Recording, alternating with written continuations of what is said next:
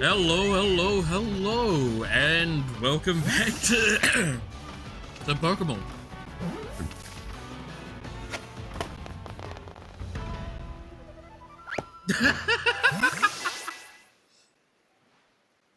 Hope everyone's having a good day so far. Hope everyone's having a good one.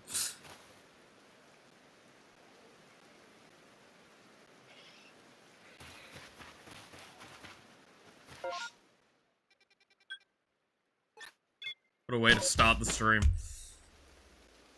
Alright. Pokemon, that's not nice. I mean... I have nothing to respond with that one. My brain's half here. Alright. Ads are going, so I need to make sure... Let's see.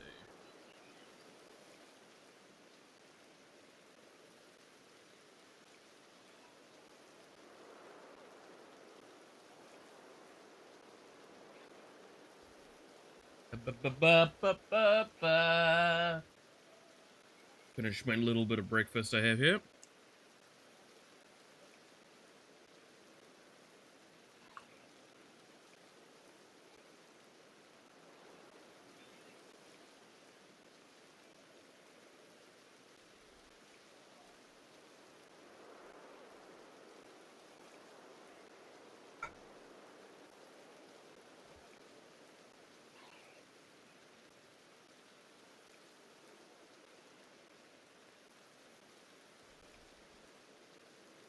I actually have my medication too, good lord.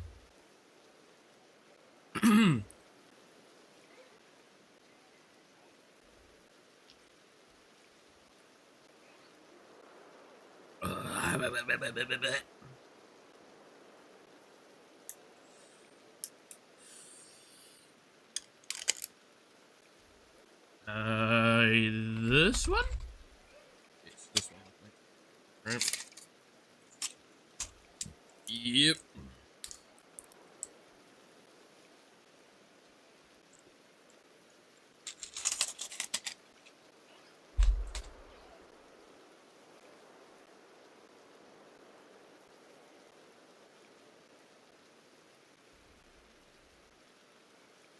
There we go.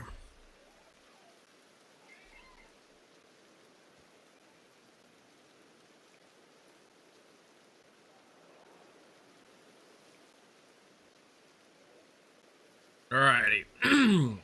So,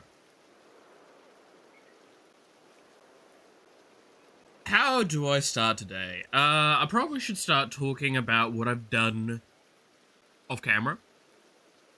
Because if you remember correctly, we finished off in the other region.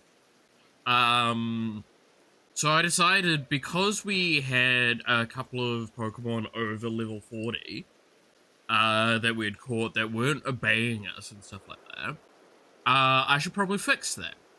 So I went around, caught a bunch of more Pokemon, completed a bunch of research tasks, like feeding certain ones, catching certain types, fighting certain ones, doing specific moves, yada yada yada yada, right? And we got the next star done. Now the professor does have like a quick conversation with you about something as you leave that area, and I'll show you guys what that resulted in a second. But if I go to the Mirelands, you'll see that I think it's like this one I furthered a little bit. Psyduck, I got these ones done. Paris I caught a few times and did some stuff with. Badoo I did a little bit. Tangrowth I did some stuff with. Ghastlies, because they turn up in that region, I got a bit further along with. Carvines I got some of the stuff done, found an alpha. I also went into another rift and picked up a bunch more items and caught a little bit from there. Reminds me I probably should clean out my inventory again. And I went back with, I think it was 70 Pokemon caught.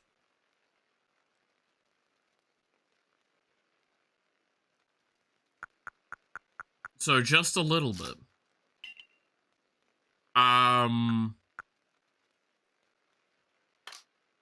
also picked up these. I'm not going to use them right now, but these are really cool.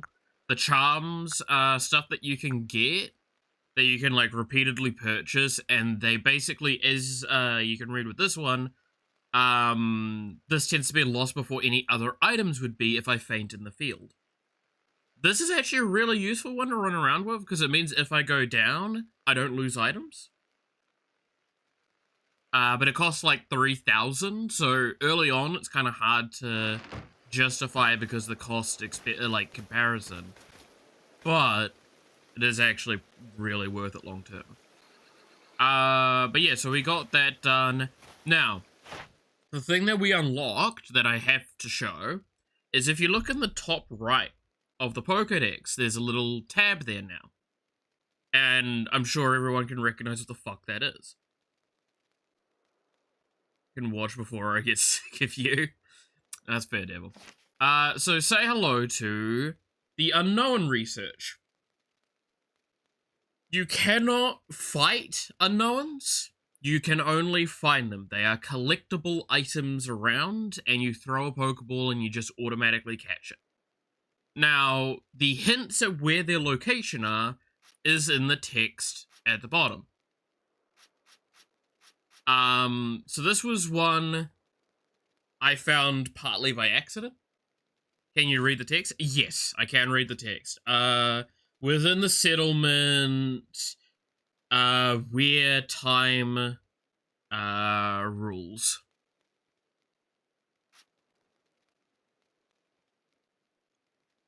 Porn,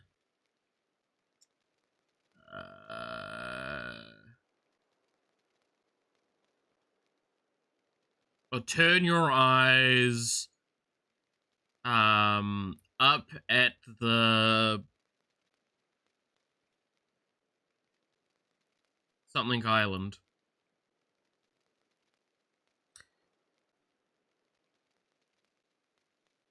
But yes, no, every unknown attributes to where?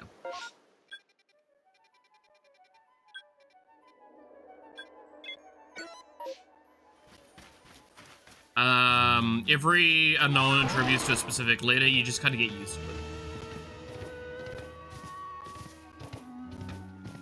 I used to be able to do it, like, just like that, but not anymore.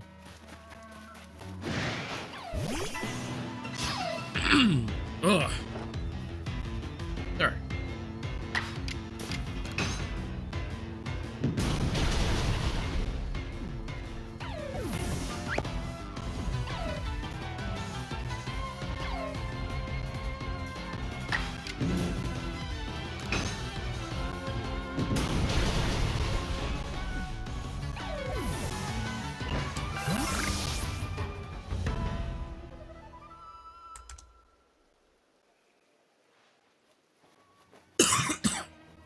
It's just basically a wacky font. Yeah. Yes, I do know Assassin's Creed released today. I also know there's a little bit... I mean, there's a lot of controversy about it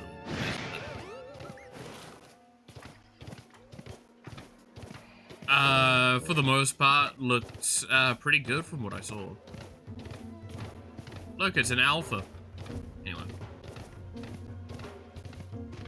Hey, video C. How we doing? I'm doing alright. I hope you're doing well hope you're doing well.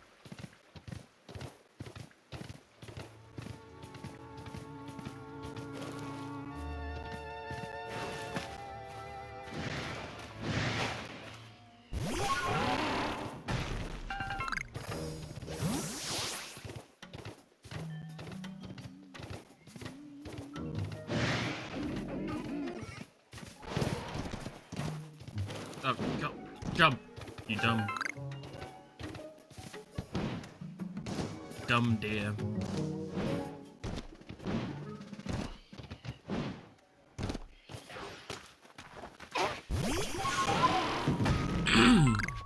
Every Pokemon move is announced with Pikachu. You know what? Fine. I hate it, but I'll do it. Go, Pikachu! Break the rock!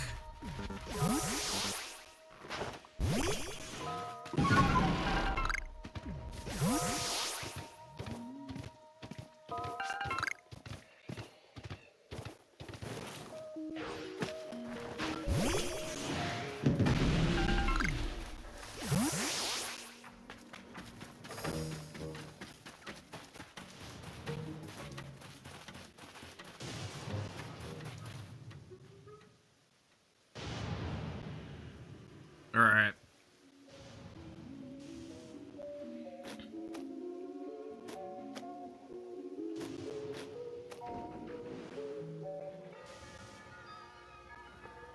And some graphic settings, DLS is just refused to work, but the game is overall great. That's good.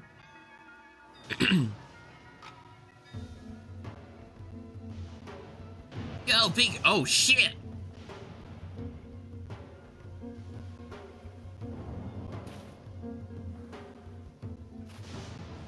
Is this Fortnite? No, this is a space-time anomaly.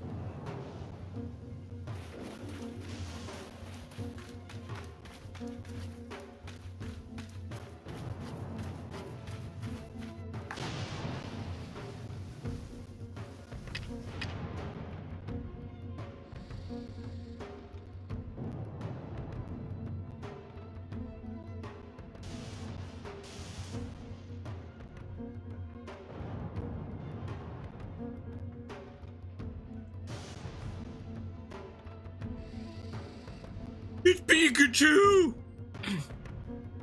Yo, Pikachu. Use Thunderbolt.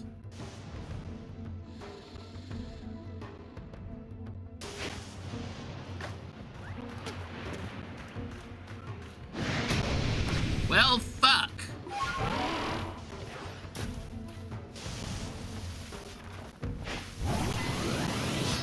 Oh, you're a level 60. Pikachu!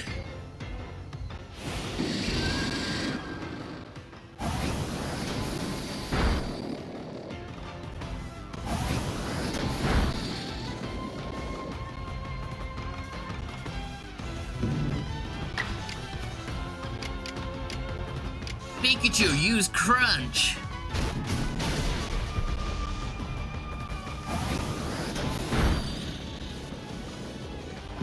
No, Pikachu.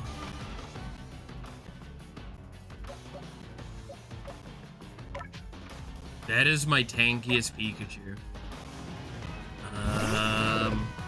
Go, Pikachu.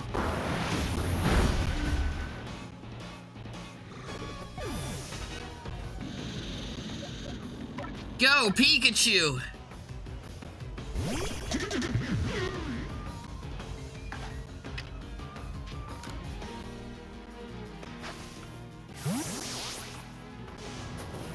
Pikachu, I choose you!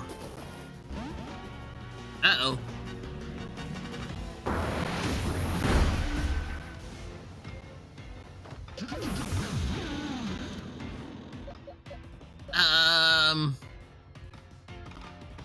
Pikachu, I choose you!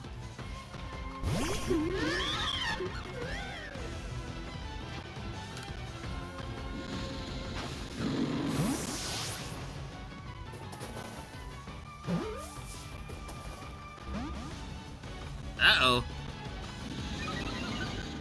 Uh-oh.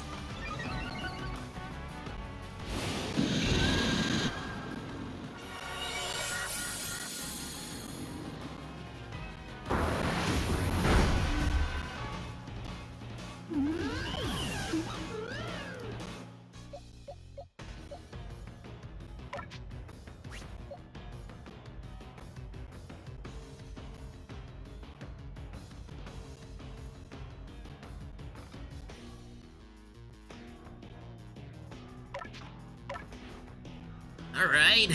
Pikachu, I choose you! Pikachu, use Hypnosis!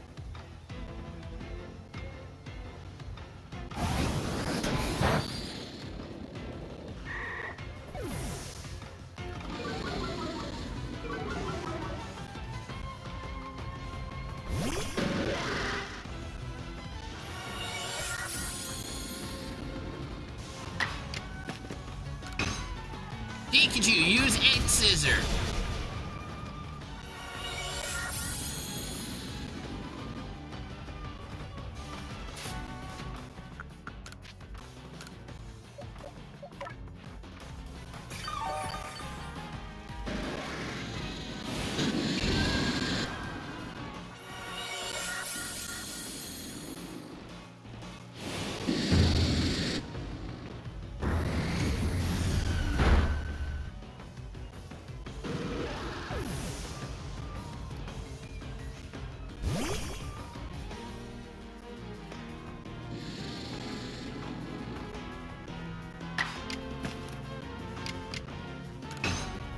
Pikachu, use Crunch!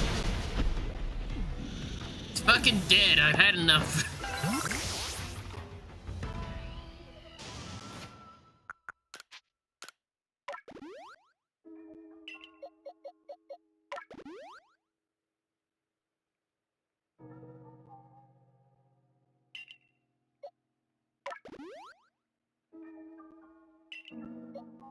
Fucking kill the Pikachu. Move on.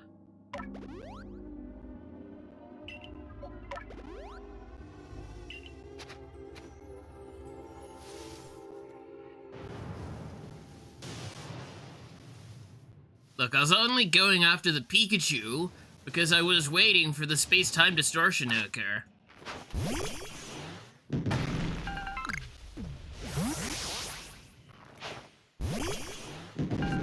Anytime now.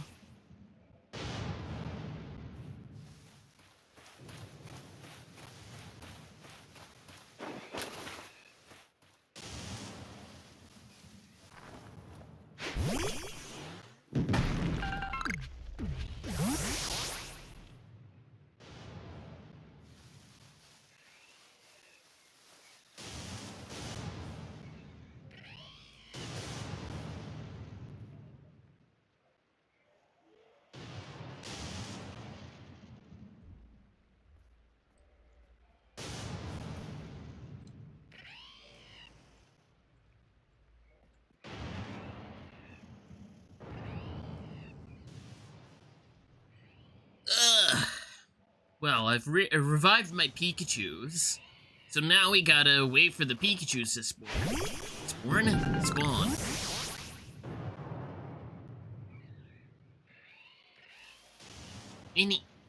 Any time now.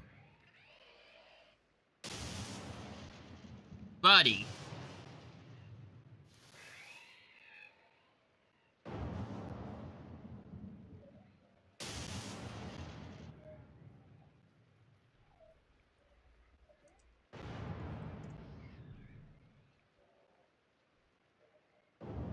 Come on.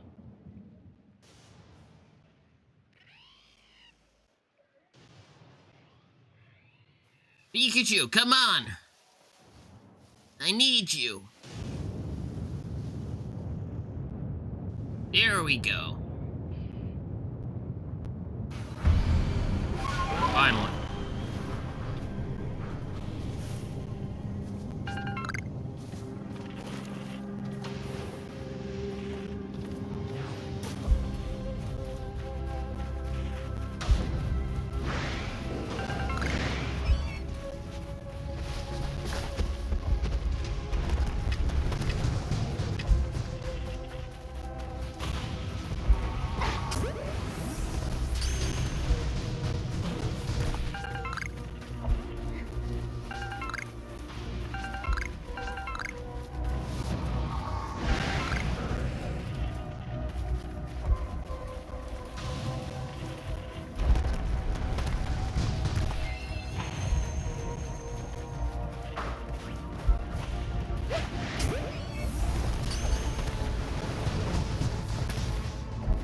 Oh God.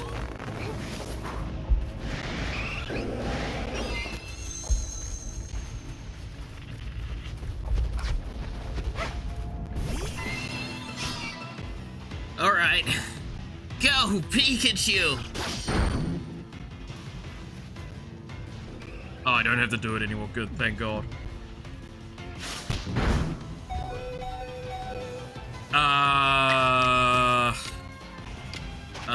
I don't want to really target the Sneasel right now. I kind of want to kill your ass. High horsepower. There's a good chance of doing a lot of damage.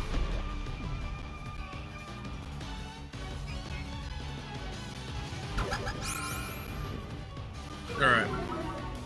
Your request is done. Damn, the attack power went down.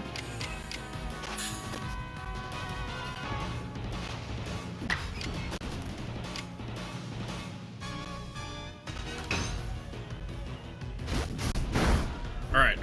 Get rid of the Eevee in this situation as well.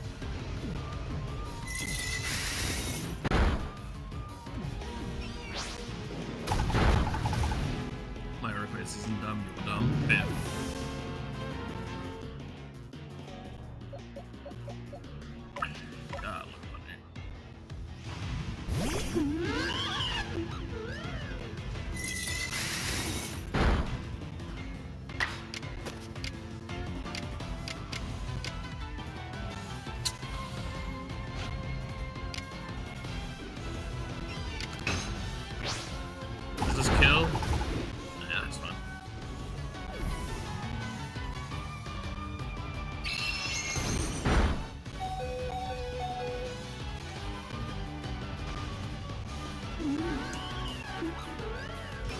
Right, double edge. That's still not too much. You gotta pay bills, that's fair.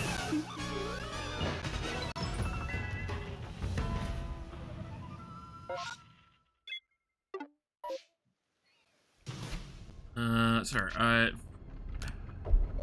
so much is also happening at this point, like, good lord. Do that. Probably should use some of these.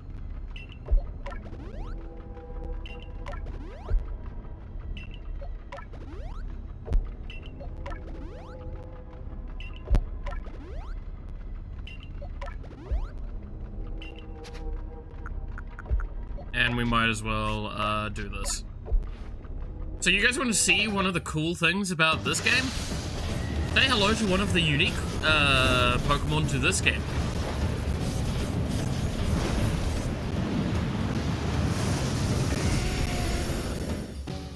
So this is Typhlosion, but Typhlosion's a little bit different.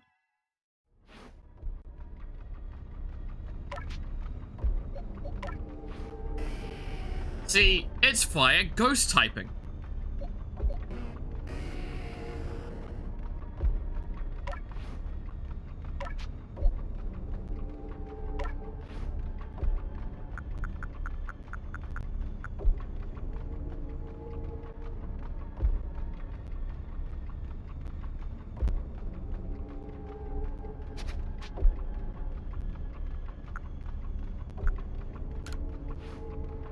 Which is really cool. Also,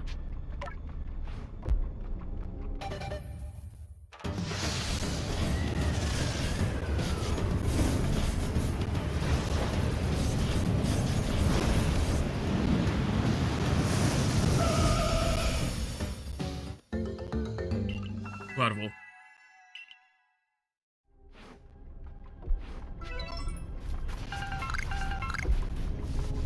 Oh, Comet Shot, that's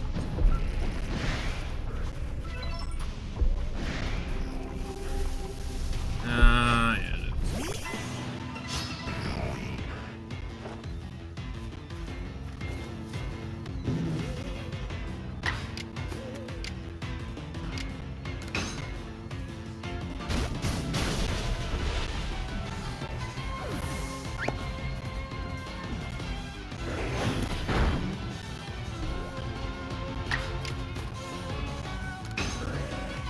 That should kill, right? Nice. Oh, you fucking creature.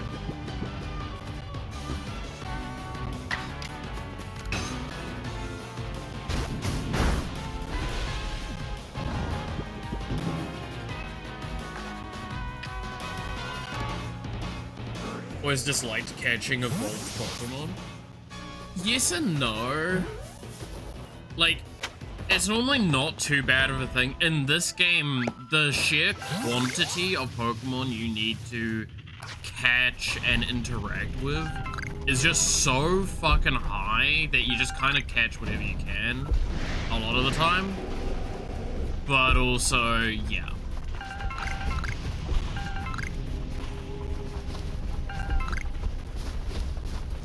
There's just some that I'm not gonna bother catching because there's so much effort to catch that you might as well just let it be.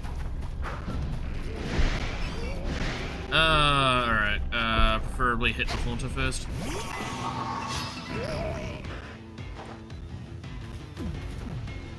Okay, 2 Haunters in the Sneasel.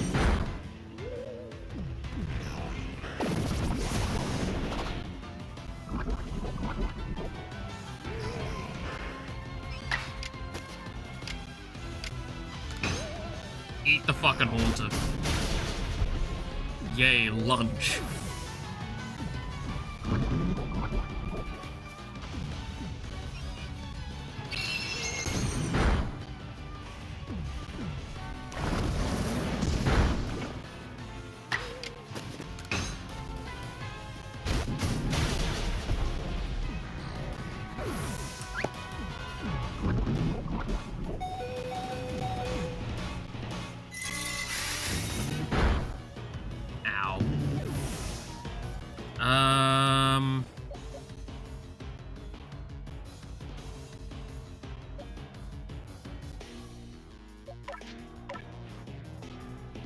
Should have at least some good play.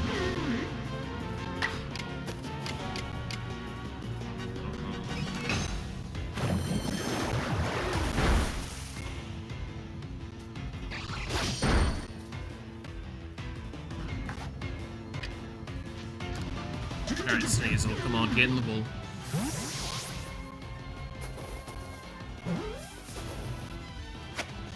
Thank you. Oh.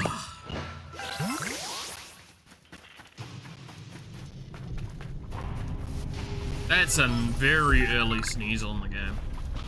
Not supposed to catch those till, like the second to last region.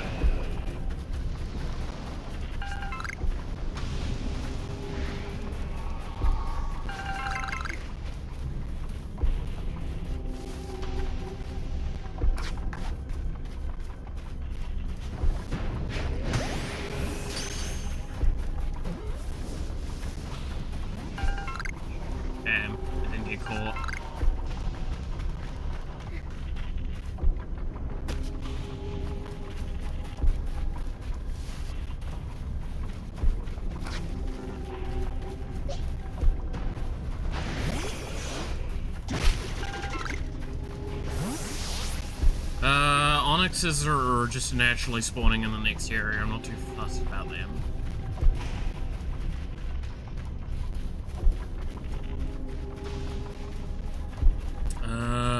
Hey, Nightmare, how's it going?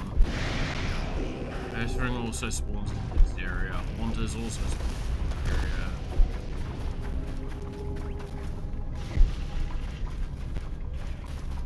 Guess it is just really the Licker Tongues that we wanted in the Sneasel. Alright. Keep going around for items then.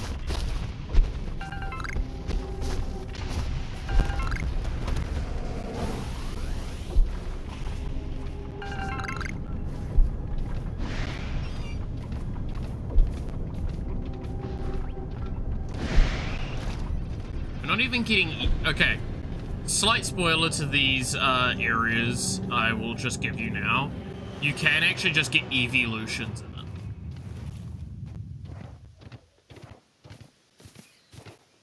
Like, evolutions can spawn. Which is really, really fun. Don't know how good it is, though, as an artifact. Just name it, I'll probably know. Again, I know a lot about magic.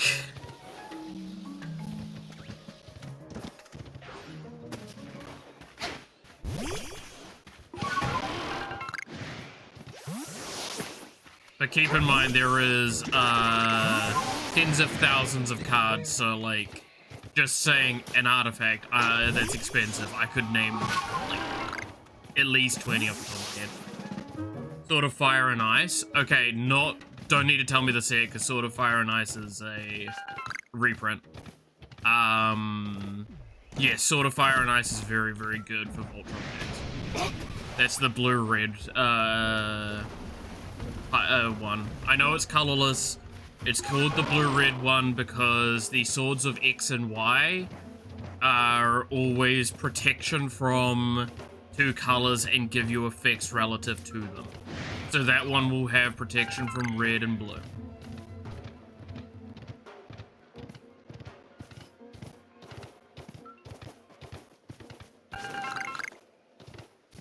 It's a constant reoccurring thing. Is the swords of X and Y.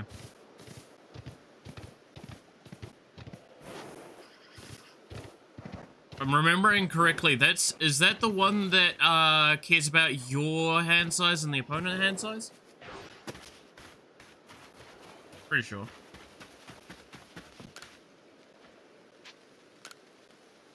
What, like, you draw cards and hit them for hand size?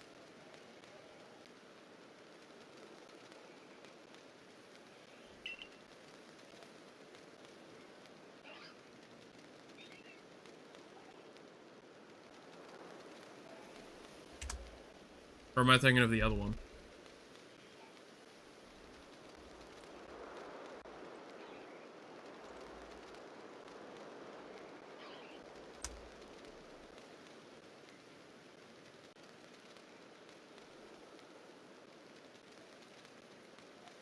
No, that's the, yeah, no, that's that hit them and then draw a card.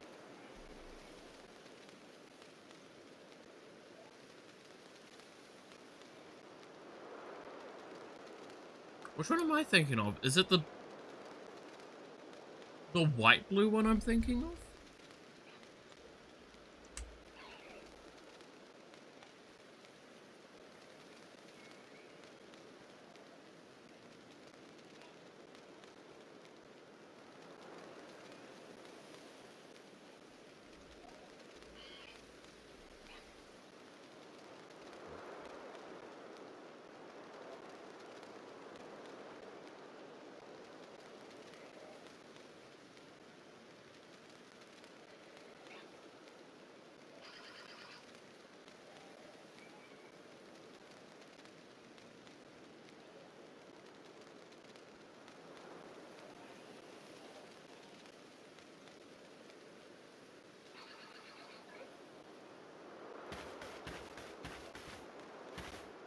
Made at least buying 4 packs worth it. I mean, I'm gonna be perfectly honest, right? So Bloomburrow is a really good set. It's almost all sold out in New Zealand at this point, because it is genuinely a very, very good set with a lot of great pulls. However, I'll always stand by, if you ever actually want to get into the game, don't buy packs. Like, you want to do stuff with the game, buying singles is 100% the way to go nowadays. Because more often than not, it'll be cheaper than trying to pull cards. Don't get me wrong, there is a charm to opening packs. Like, I opened an entire box of Final Fantasy and Avatar because it's really nice. I like that.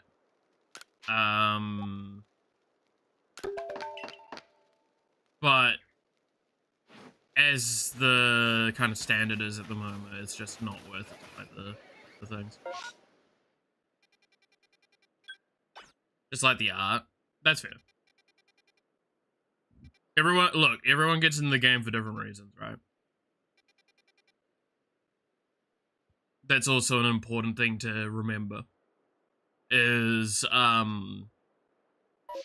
I know I'm really bad for some of the stuff I say about the game sometimes, because it can throw people off. because I talk about the game from a very, like, design, like a very, like, complex player perspective that makes it overwhelming at the best of times to understand what I'm even talking about. Even for, like, a casual player. So last night we actually played, we did our, like, Friday Night Magic, the boys, except it was Thursday night, because day off tomorrow for them. I believe it's Matariki Day.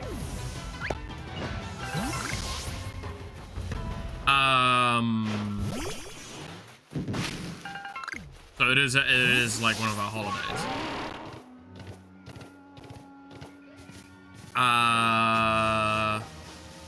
And he brought a new precon that I've even looked at a couple times because it looks kind of fun. But the precon itself is really, really bad synergy with itself. And there's two ways to build the deck. Also, what do you mean? I'm not throwing people off this.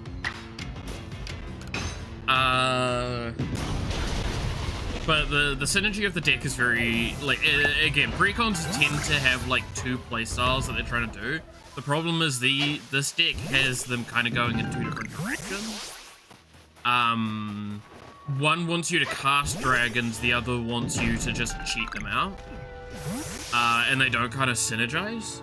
So, I talked with them about it, like, during one of the breaks we had. And I'm like, look, these are the kind of ways you can play the deck. Do whatever you want, but I know you well enough to know you'll have more fun doing the deck like this. These are my recommendations. And he listened to it and he's like, yeah, no, actually 100%. I want to do the deck that way now.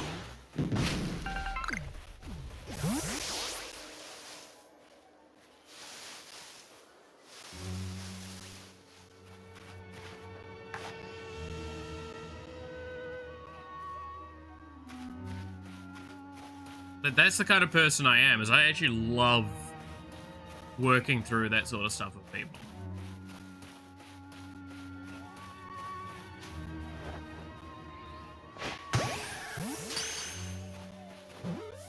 I have a lot of cards in my head at any given time. For the love of God, people, if you want to build a fucking deck, I am not a bad resource to come to.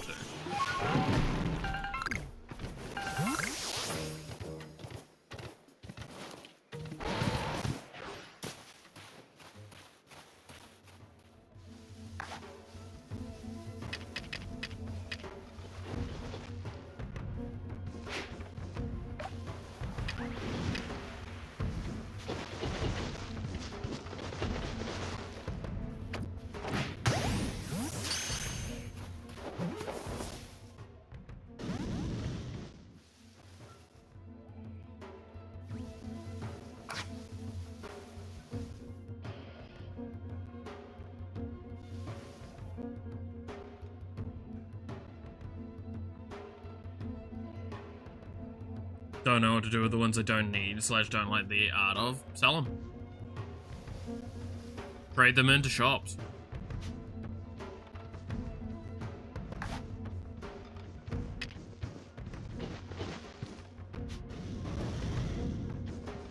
No, real talk. Never underestimate how much you can do that sort of stuff with it. Don't eat me, Yawa. You're the one that's accusing me of throwing people off the cliff. I don't remember doing that. The new pirate game is very negative on Steam. Oh, the Assassin's Creed one. It's, again, some of the negativity I think is justified, but I do think that a lot of people are complaining with rose-tinted glasses on.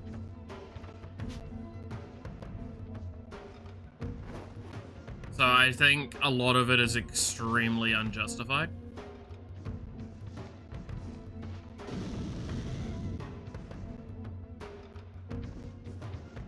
Yeah, like, I know a lot of people are complaining about the fact that there's enough DLC to charge you almost the same amount as the game's worth itself, right?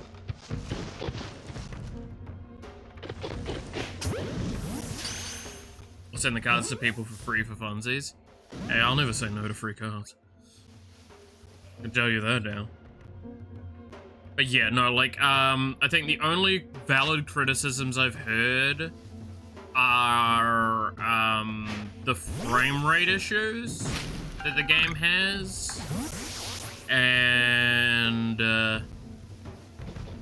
actually, like, the only consistent one I've heard that I'm like, yeah. The DLC total is actually more than the base game, I believe. Last time I looked, it was like $10, $20 less than the totaling price.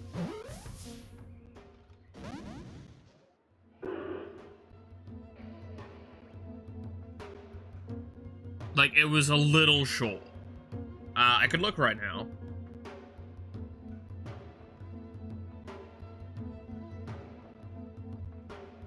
Like, don't get me wrong, I'm still not able to get it right away anyway. Oh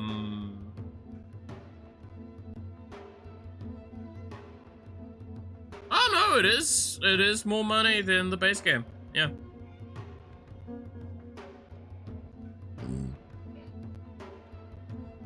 Good lord.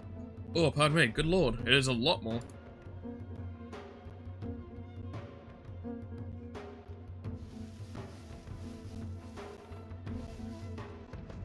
I mean, it's mostly cosmetics as well, right?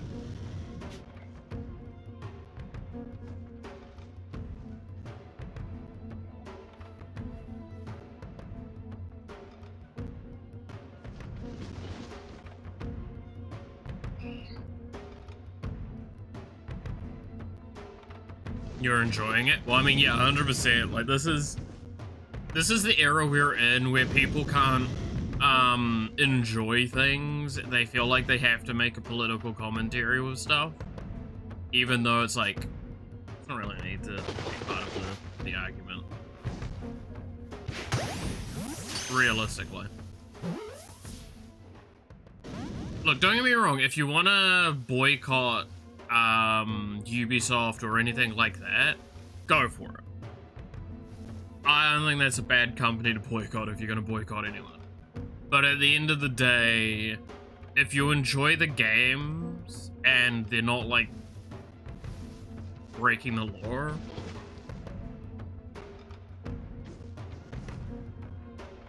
what is an enchantment class? It's an enchantment that can be leveled up. A few of them are very, very, very good, because it's basically, you play out it for its first stage, then you can pay additional mana at sorcery speed, there we go, to change, to add the other effect. And you can do it by, I think it's only level 3 is normally the difference.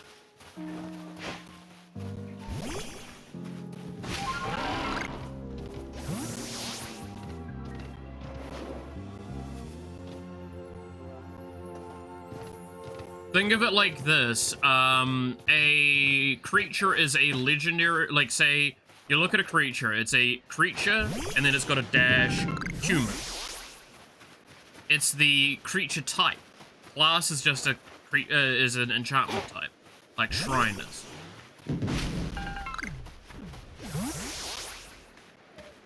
It's a, aura is also a very, common enchantment type.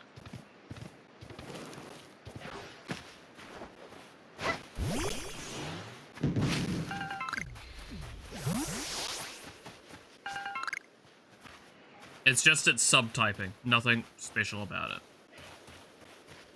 But yeah, if you look at the card, you'll see there's normally art on the left side of it going down as a strip, and then on the right side of the card, there is a strip that's naming effects. Hunter's Talent.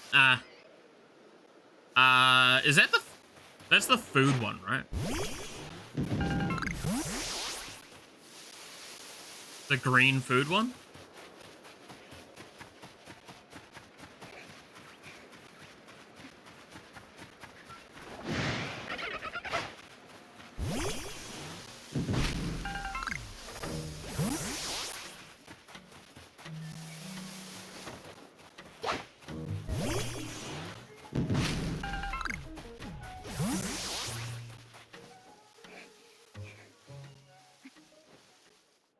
Let me pull it up.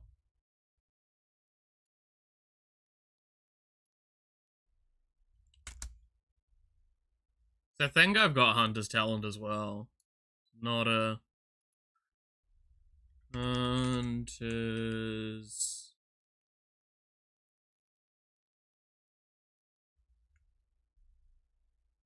Talent.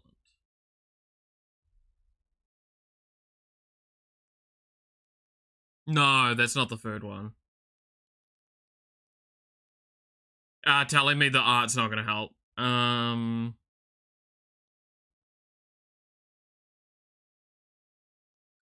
Fight. Okay, so it's got a fight. Trample effect. I mean, it's not a bad card. It's better than the one I was thinking of. I can tell you that.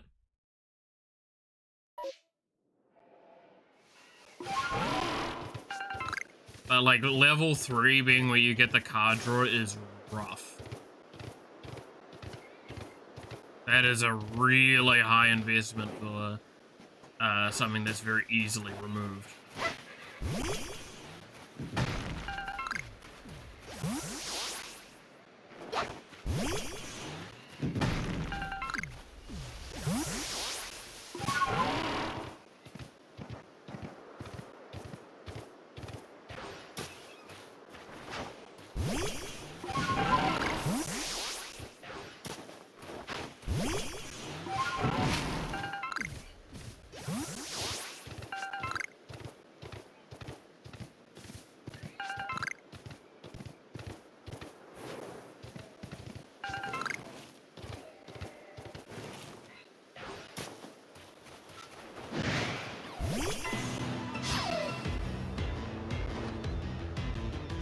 Like, if you're doing a big stompy deck, it's probably an okay card to throw in that. But otherwise...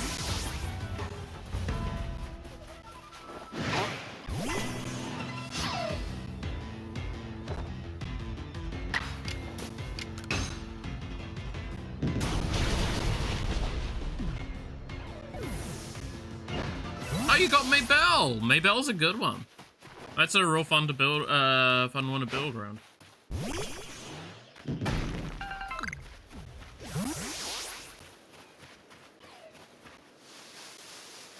That's it enters with the sword. More Maybelles than there are fucking tokens of the sword that it creates.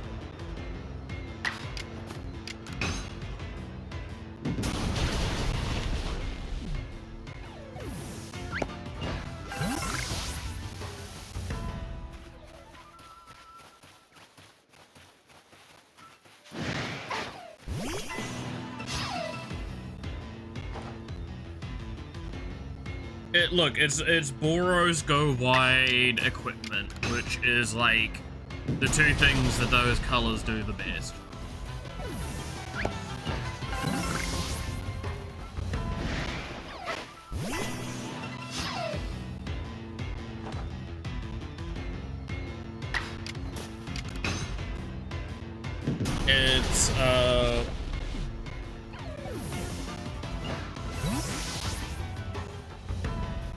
It's an interesting deck.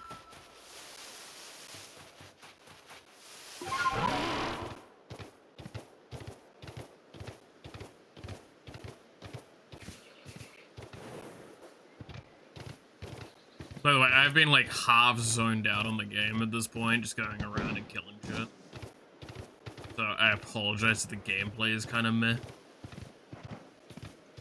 This is what I was doing last night while watching the nanny, is I was just playing this in bed, watching, and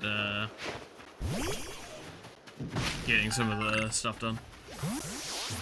A winter?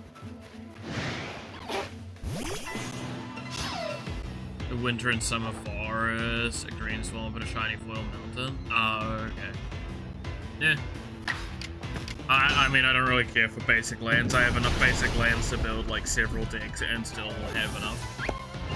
Lands are... Again, this is something that I think someone talked to me about at one point was like complaining that they didn't have enough basic land while opening packs, and it's like, no, you'll get there. You'll get to a point where you have so many fucking basic lands that you're like drowning in them. It is frustrating as heck. Like, I actually have hundreds of swaps cards. Like, I know off the top of my head, I have, what, I have at least 100 in that box, and maybe 200 in another.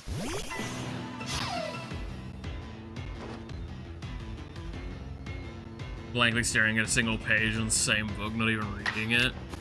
God, I know that feeling.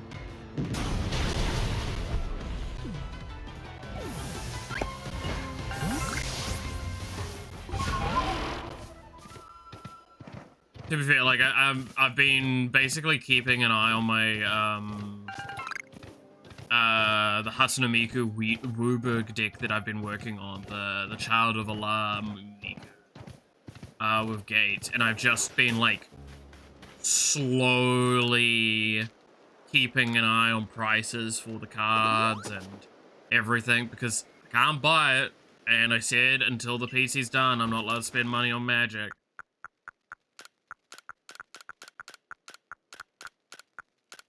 So it's a long-term thing. I'll get back to it at some point. So I have to live a little bit vicariously through other people to see stuff. PC's almost done. Well, with the setback that we had, now I should be able to get the RAM hopefully before the end of the month, and then like 2 weeks after that, maybe 3 weeks, I'll be able to get the GPU. So it's like, again, it is maybe this month, most likely end of next month at the actual latest, if nothing weird happens. Like, it is really just sitting there. I'm actually very tempted to start putting it together already, waiting for the last couple of parts. I have been for a while, because I kind of also have enough of looking behind me and seeing just a shitload of boxes. And I want to, like, actually feel like I've progressed with the PC for, because it just feels like it's gone so slow, and it's just, it is causing an itch to get this annoying me. Ooh, another space-time distortion. We'll track that in a second.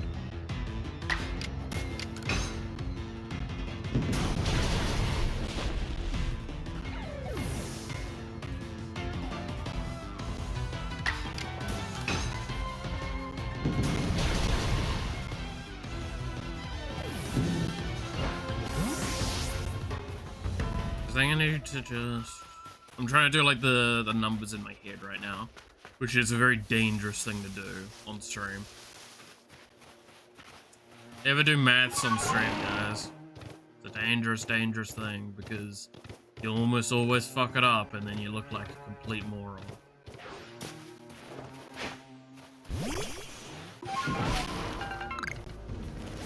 Holy shit, it's for Starling. I don't want it.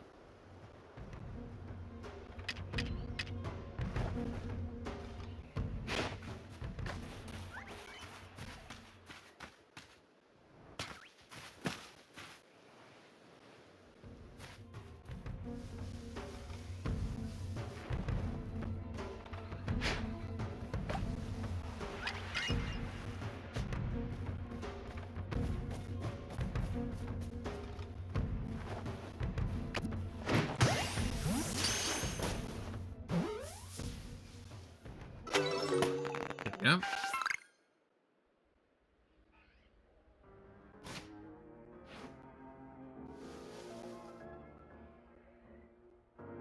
A dyscalculia. I know which one it is. Yes, dyscalculia. I'm having a time. Please forgive. I'm simple, man.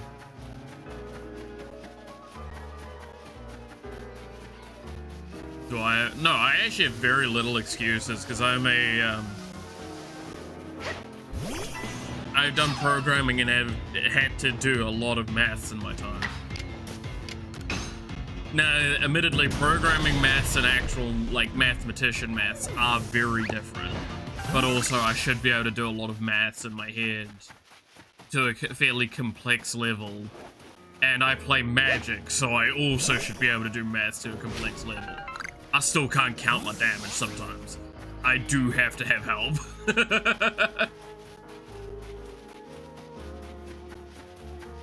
Do not underestimate my stupidity.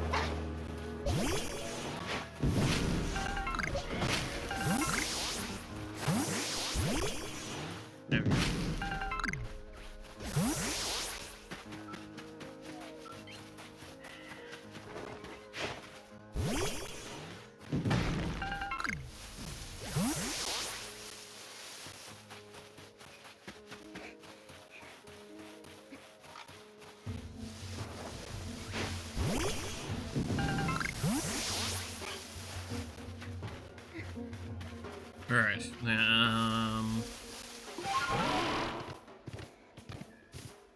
oh, we did have one game,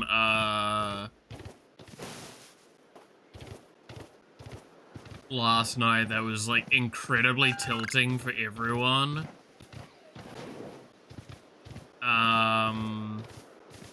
Oh, did I not even... Oh, fuck, I'm an idiot. I forgot that the distortion was there. Didn't even go over to it. Oh, hydrate. There.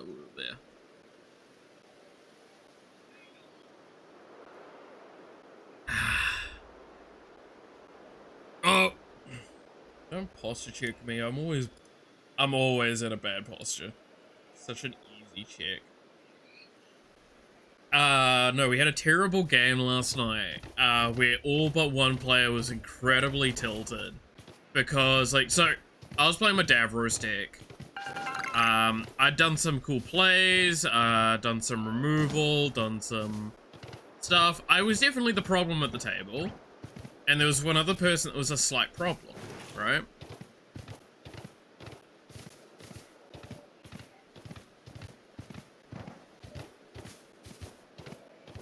And... No. It wasn't one player was winning. So what happened was, one of the players that was kind of, like, behind for most of the game, he was just, like, in the game. It wasn't that he was, like, out of it. He was just kind of, like, he wasn't doing a lot on his turns. We got to a turn where... like, it was maybe 2 or 3 turns away from the game actually ending.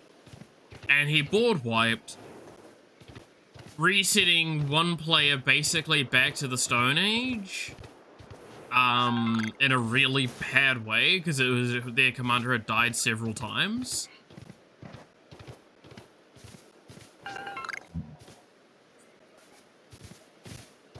And put out a massive play, and then just made it so it's like, okay, so you're clearly the problem. That kind of sucks. But that's within, like, okay range, right? But the problem was they just kept removing this one player's shit. And so his 4 mana commander was costing him 10 mana to cast, so that was all his mana. I tried to do something. Because he also stole my commander. Like, it was just such a fucking ball bag of a time by the later stages of the game that, like, none of us really wanted to play it out. And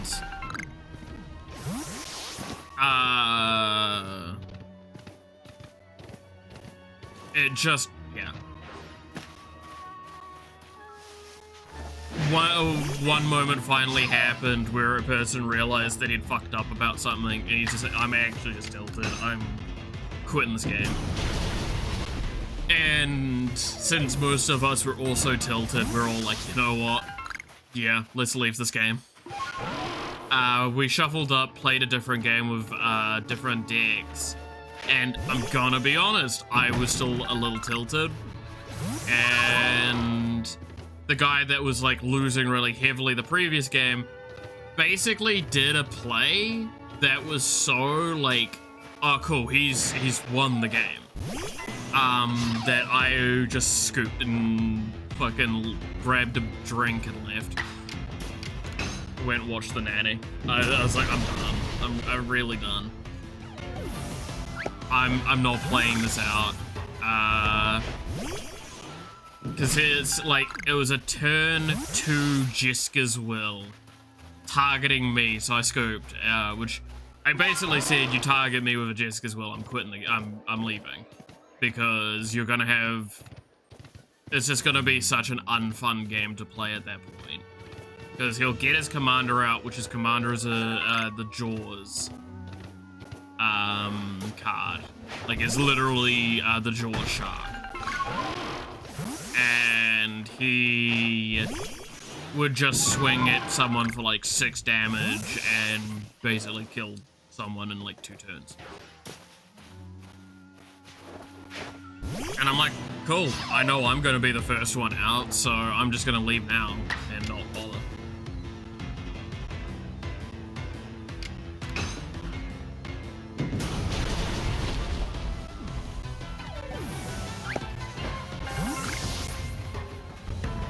Well, I mean, a little fun fact, because I scooped in response to the spell, I left at that timing, he actually shouldn't have even gotten the mana from Jeska's will.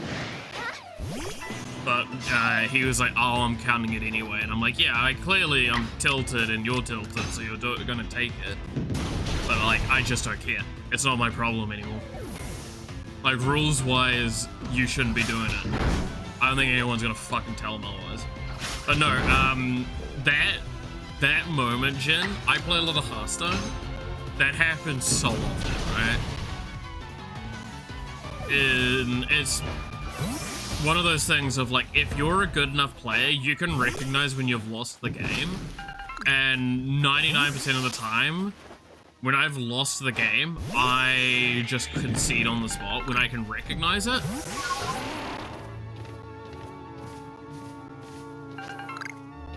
But like, you wanna know why I concede on the spot when it seems like I've lost a game? Because the times I don't, I'm like, okay, I'll give you the benefit of the doubt.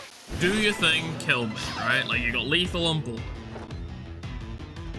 And the fucker just showboats. They sit there and, like, fuck around with you for, like, another 2 minutes. And it's like, just end the game. You're wasting both our time. So that's why I don't bother letting people like sit there and win when I can see that they've won. Yeah, sure, they could misplay it. I don't care enough to like rely on the person fucking up. I prefer to just like get out of that game and move on to the next.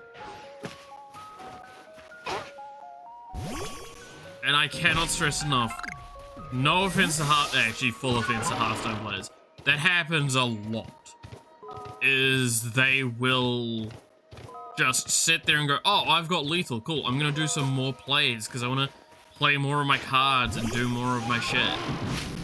Like, dude, fuck off. That's one of the things I think is why I get to get like the final damage on a player more often than not, is because I actually just kill the player and I feel like they're waiting for me to do like a play.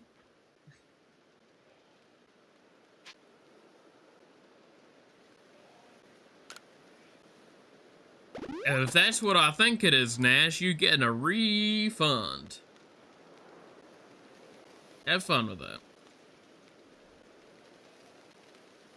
I do my full combo even if I know a single attack without a combo will end it, because I don't know if they have a response. See, in Magic, that's kind of what I do as well, right? Like, legitimately, I concur with you in terms of Magic. That is probably the better approach to do.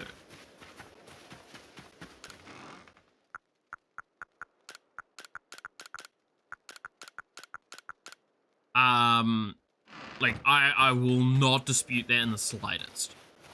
In Hearthstone, it's different. I do it in Pokemon. I mean, Pokemon, there's less room for interaction, right? But there is still interaction that they can do.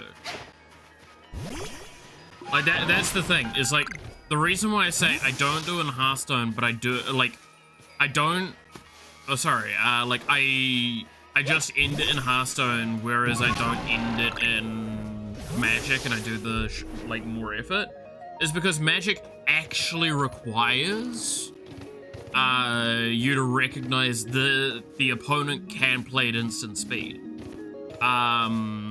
Something that I got actually yelled at one point for by one person, which I get it, right? Is, I basically built a board and then could have killed them all, like, without even swinging. But I didn't. Until, until after I'd done a bunch of extra stuff. So I had them dead to rights of several different ways. They're like, why did you do that? I'm like, because there's always stuff you could potentially do. And now I'm a lot better at recognizing what a player's more likely to actually play, which is, I think, something that's mattered quite a bit. Because I said to him, it's like, well, there are like low cost or zero mana combat tricks you could have done there to fuck me over. And he's like, I don't run those. I'm not that kind of player. That's actually something that I think is more important with Magic to recognize eventually. I think it's definitely BM to say, hey, just attack because I want to end it, not play this card, then play a card. And call on mind games. I have done that to an extent. Because like one player we had at our table, he made a big play where he pulled, because he was playing a Relentless Rats deck. And what he did was he cast a spell that meant that he drew every card named a specific card to his hand. And to explain Relentless Rats to those that might not know, Relentless Rats is one of the few cards in the game that has like, your deck can have as many copies of this as you would like. Because normally Rules of Magic is like, I think it's, in the standard formats, it's only 4 copies of a card. In Commander, it's only 1 copy of any non-basic land. It's a singleton format, right? So he had like 30 of them in his deck. He pulled all of them out and then he was going to discard them to hand size and win the game on his next turn. Like he was going to bring them all back out. And as he was doing it, he looked at me and was like, you don't happen to have like Rise of the Dark Realms or something, or like that card that brings everything from the graveyard. I'm like, oh, Rise of the Dark Realms. Yeah, no, I don't have that in my hand. after his turn, it goes to my turn. Cool, I'm gonna cast Rise of the Dark Realms. I lied. I also can give them haste. Everyone's dead.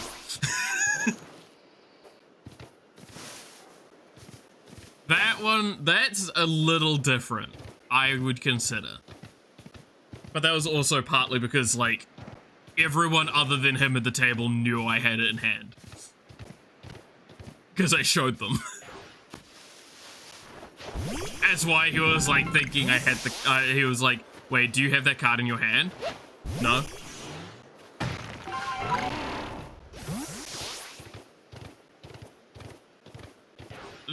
To be fair, I've also told the famous story of our group where, actually, ironically enough, that same guy, he swung at every player with so much damage that we forced him to calculate it out. It was in, like, the tens of thousands of damage per player. And then someone used a spell called Aetherize, which is it bounces all attacking creatures back to hand. So, after about half an hour, 40 minutes of him doing math, of figuring out how much damage he had, he gets his hand bounced.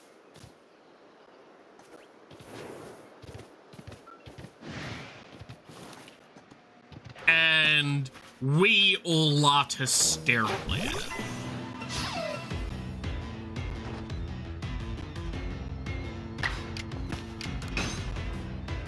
Like, that is famously why our group loves running Aetherize, because of that one moment. Anytime any of us are running a blue deck, we assume that the person's got fucking Aetherize in hand now. He asked, not that you said it unprompted. Yeah. I mean, also, as you said there, it's like there's a big difference because it's a friend group that scenario occurred with. And there is a huge, huge difference when you're with friends playing in a more casual, like, styling. Oh, wow, I've killed way more than I needed to with that. But, like, you're playing in a much more casual style format with everyone. It's fine to, like, fuck around, right? At that point in time, it's like you're lying to your friend for funny.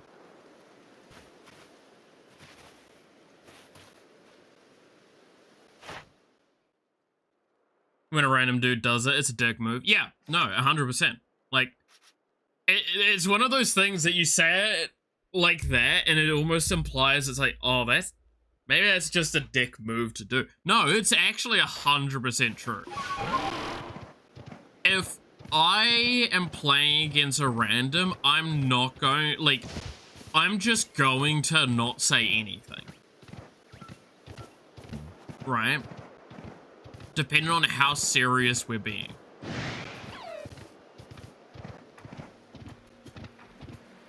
Like, if I'm at an LGS and there's a fucking, like, and if I win, I get something. Yeah, I'm not going to give them information unless it's absolutely necessary.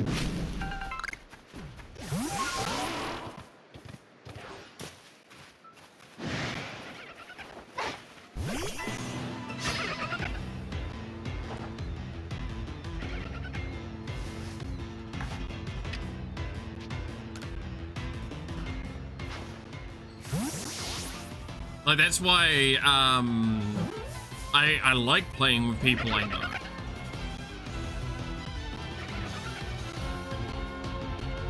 Because if I get to play with people I know, it means I know I'm allowed to get away with doing, like, slightly more fucked up plays with them.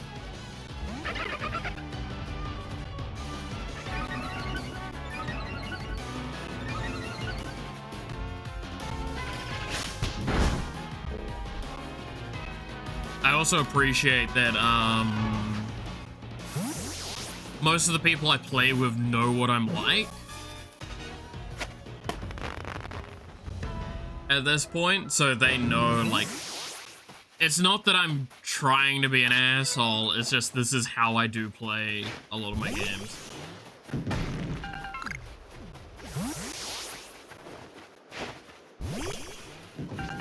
Look, to be fair, the way I play card games, I don't do it in Magic much.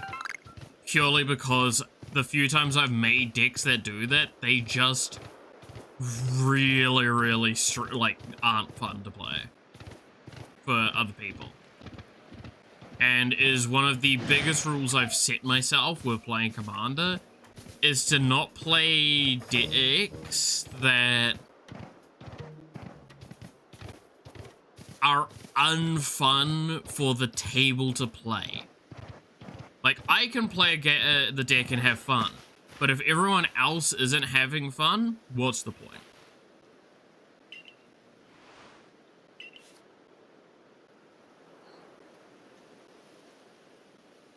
Remember something dumb in D&D made me get a lot of different types of elemental damage to a player, and he had a lot of different resistances and weaknesses to them, so I spent like 40 minutes calculating the damage, and halfway through he started giggling. When I was done counting, he used the ability that swaps all the resistances and weaknesses to the opposite. Okay, that's fucking funny.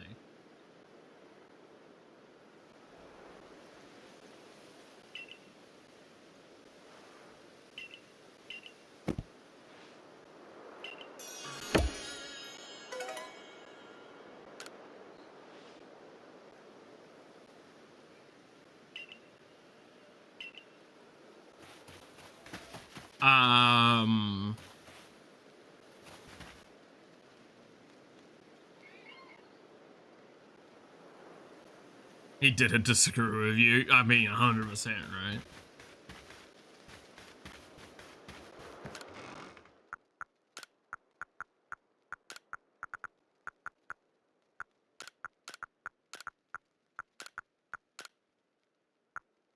But, like, I respect the play.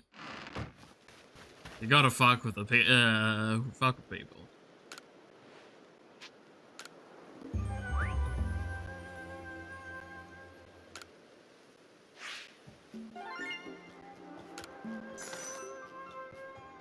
It's the funniest thing to do.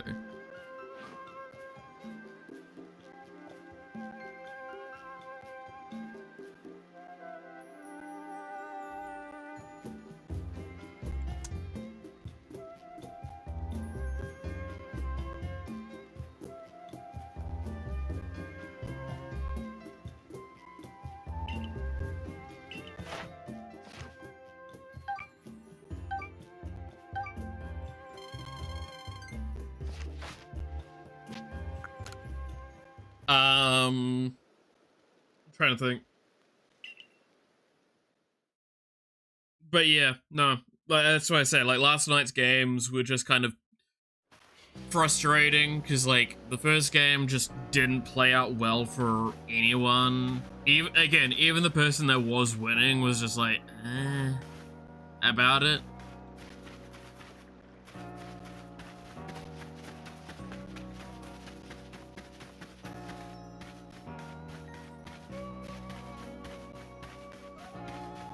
Which should, like, tell you a lot about, how the game went.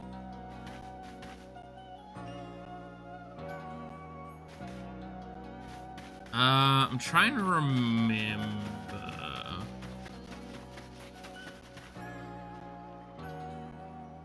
Where is the clock?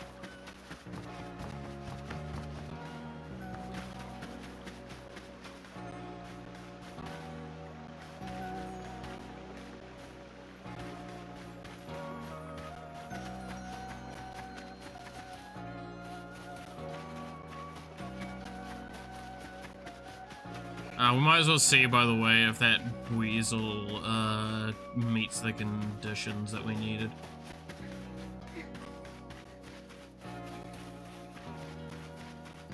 This guy. The large one that I just caught.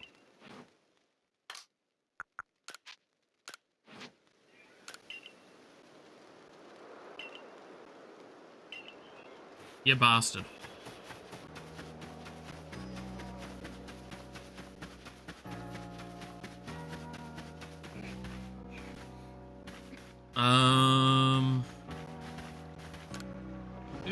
Whose house is this?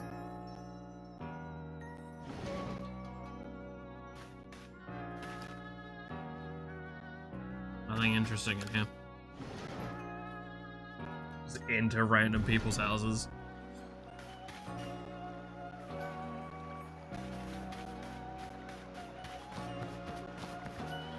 I swear there's supposed to be like a clock somewhere.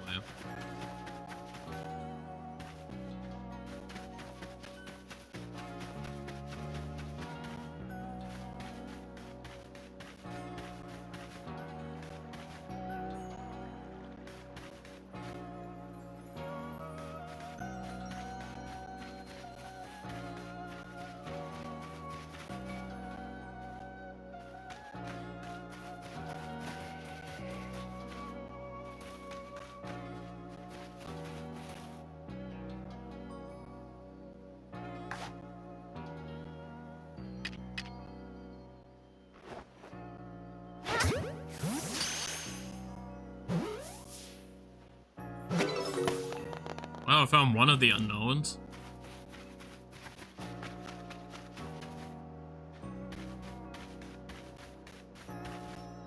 Yeah, so that is an example exactly of what the unknowns are like. They're just sitting places, man.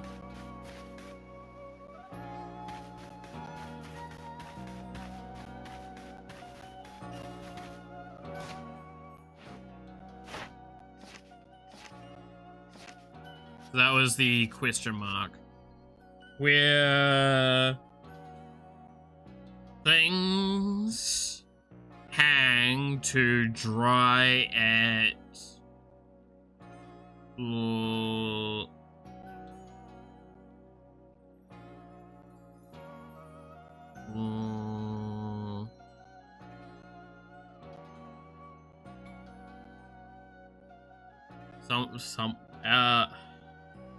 L, I don't remember that one.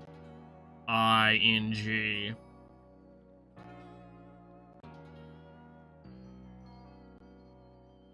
Trying my best.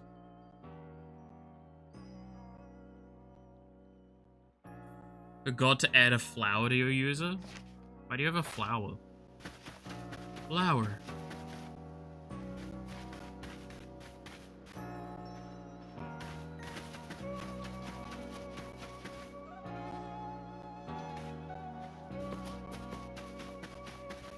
I also found all the spirits in this area, in case anyone asks about. I'm sorry.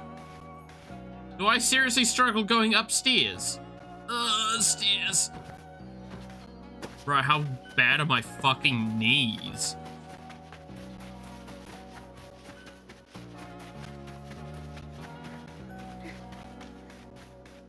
And in case anyone wants to know where I found the other unknown that I caught earlier. Let me go up to where it is.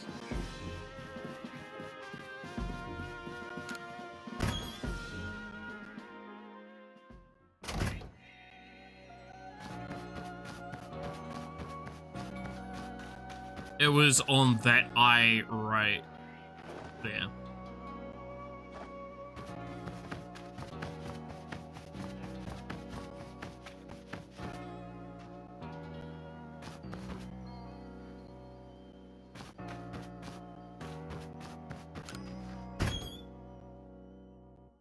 Weekly reward for watching my stuff. Oh god, you get rewarded for watching me? I guess you gotta get some form of comeuppance. I swear there's like a clock in this building that I need to find. Like an old grandfather clock. Evie.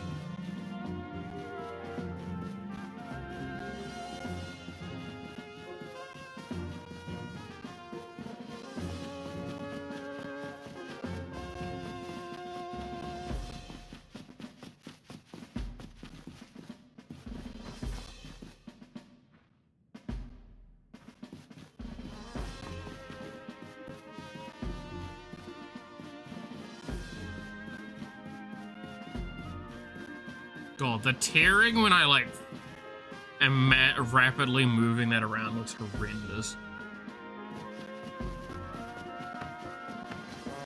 Okay, what's the other requests here? What a massive mushroom! Moral, the mushroom hunter is curious about the mushroom growing on Parasik's back. It please assist him with investigating.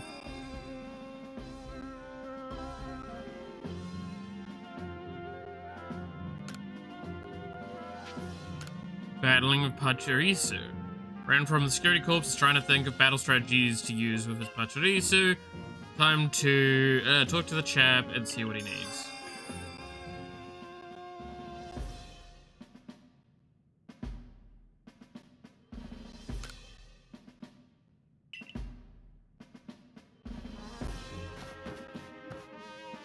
Are you able to sit and do the vision exam? Dude, I probably do need to do another eye checkup at some point. It has been a long time.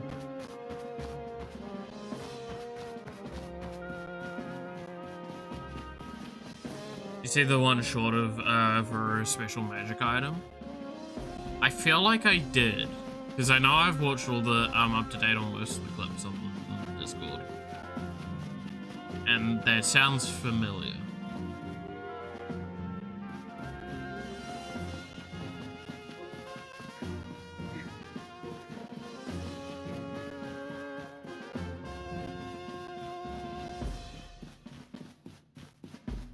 I swear there's a clock somewhere that I have to interact with, but I think that's later.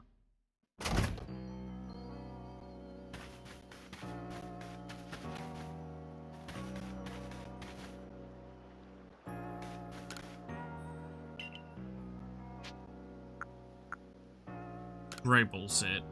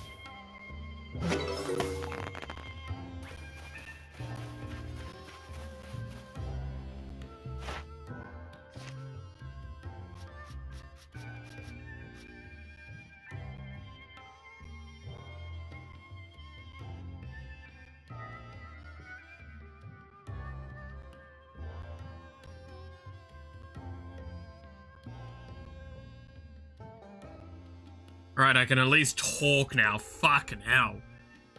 You absolutely... You fucking assholes.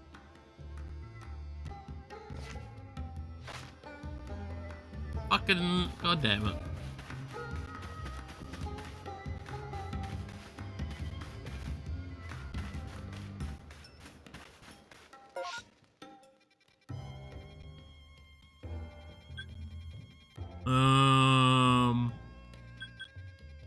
Alright, let's just start hitting this one.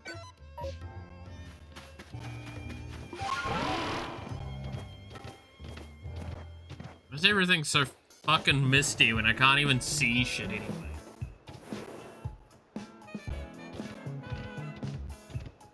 I put my glasses back on now. It's been 5 minutes. Oh, that's a Pokemon.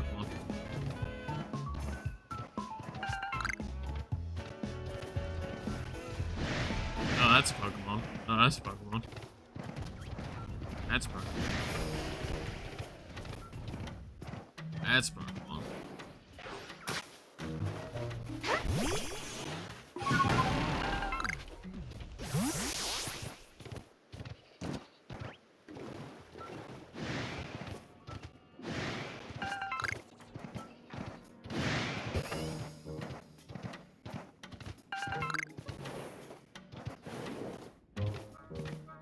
Sometimes you gotta sleep.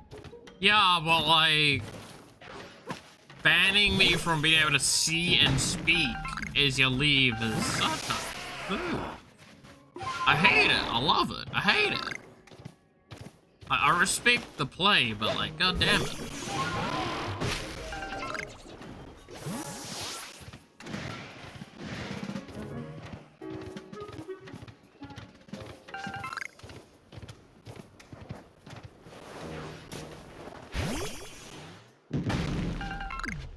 Surely I've got to be able to see by now. Where's the time? Yeah, I can see now. Okay, thank God. Glasses back on. And now the game's not foggy. I swear the game knew.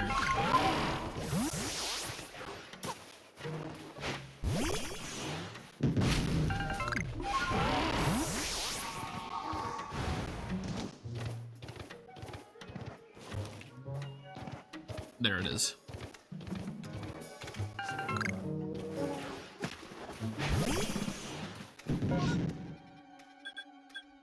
Nick's satchel is over there.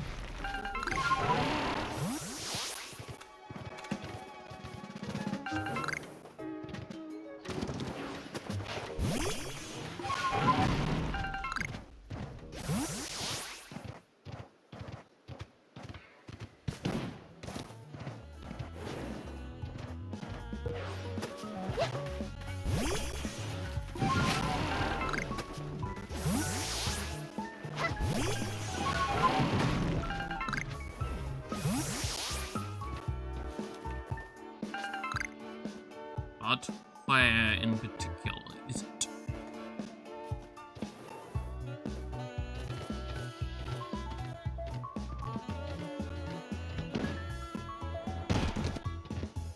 Ow.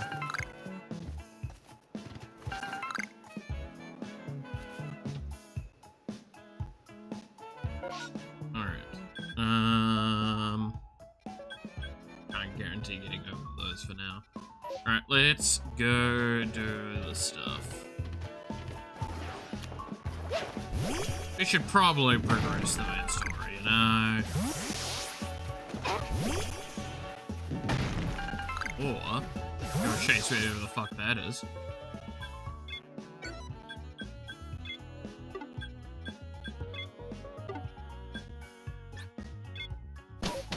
I mean, look, if space-time distortion's gonna turn up just as I'm, like, exploring, who am I to say no?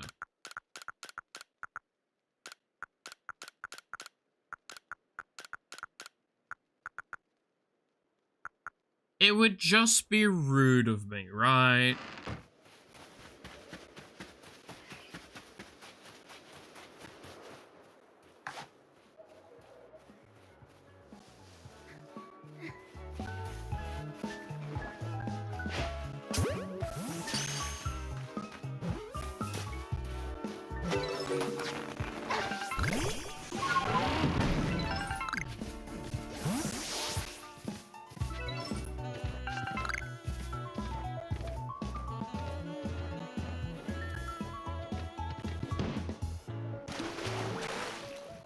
Please tell me that that technically touched the ground.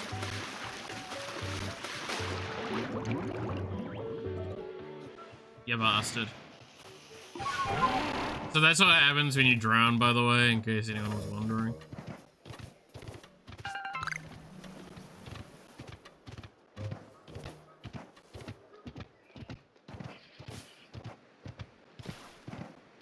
Yeah, you can't swim in this game.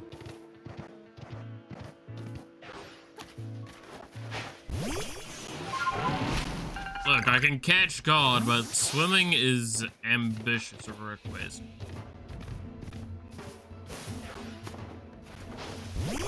You have to understand.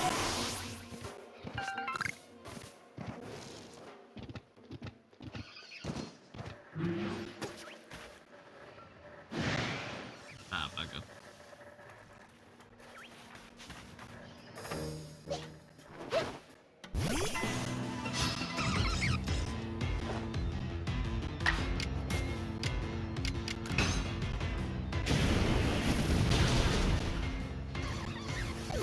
Look at that dude. I love him with the little fire collar that he has for this the Hisui version.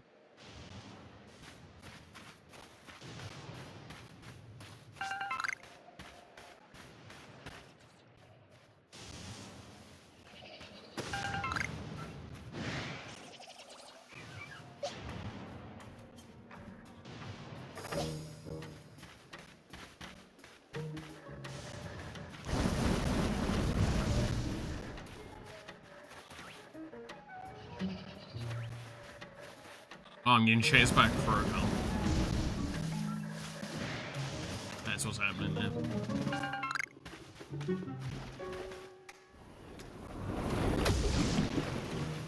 What? Which bitch is spitting at me? How else would they lock things for Lapras? Is Lapras in this game? I don't even think Lapras is in this game.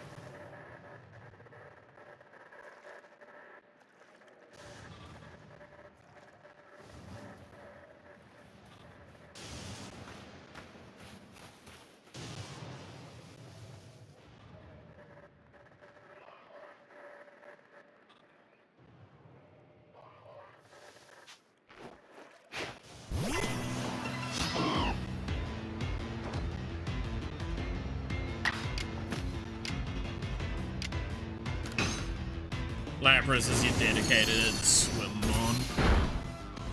I mean, yeah, Lapras is like one of the most... Of course you would use this for swimming Pokemon, right?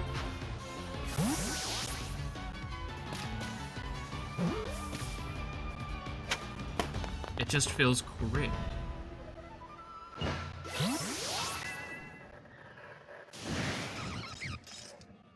Oh, hi.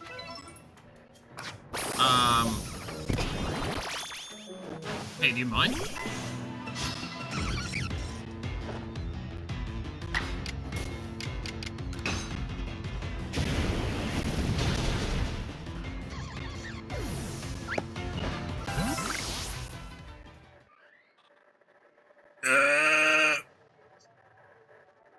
Alright.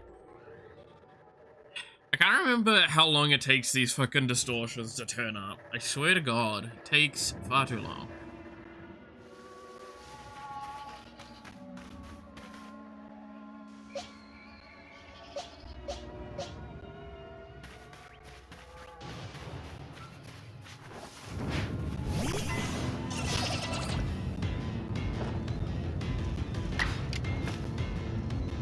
I mean, it's probably not going to surprise fucking anyone, but yes, there is a Pokemon that swims in this game.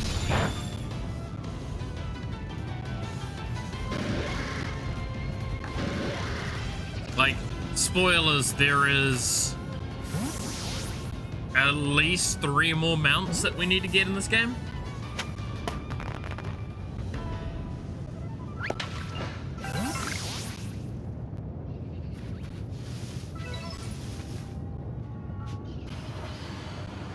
Oh, here we go.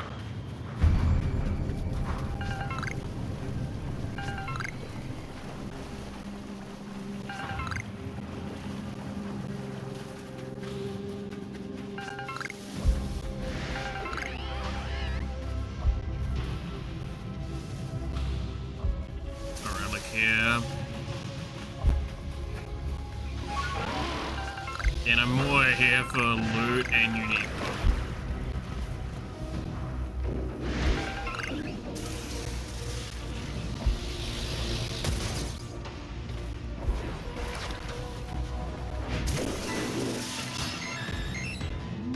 Can't believe you would spoil. Yeah. How dare I?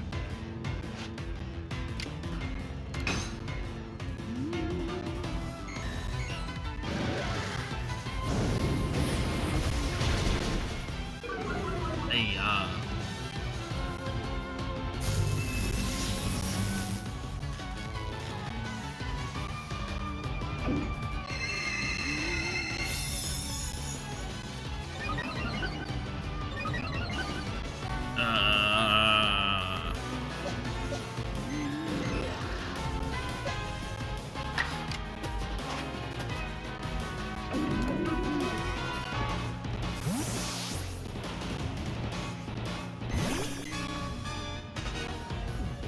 I still love that sending it out alone is like, dude, this is way too big for a surrender right now.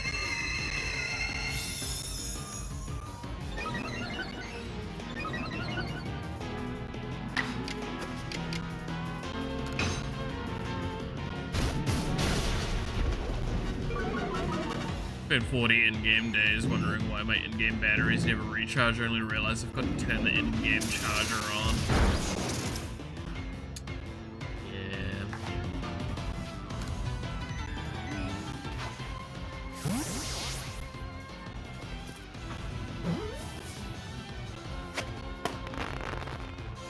Alright, well, drift loom.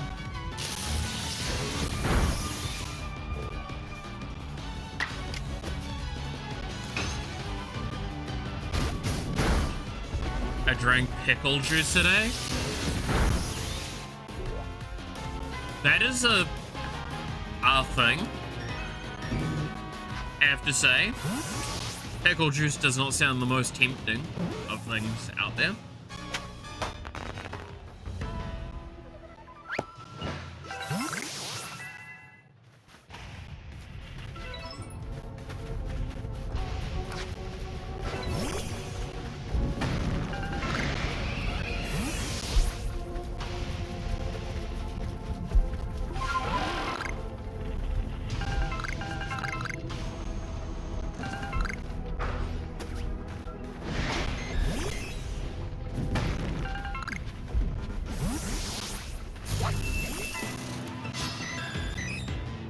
Eating pickles out of the jar before, but I sipped the whole water beforehand.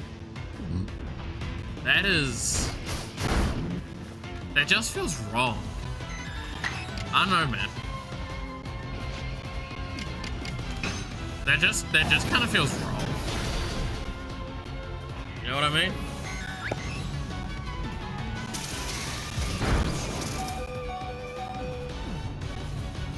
It just kind of feels like a crime you've committed.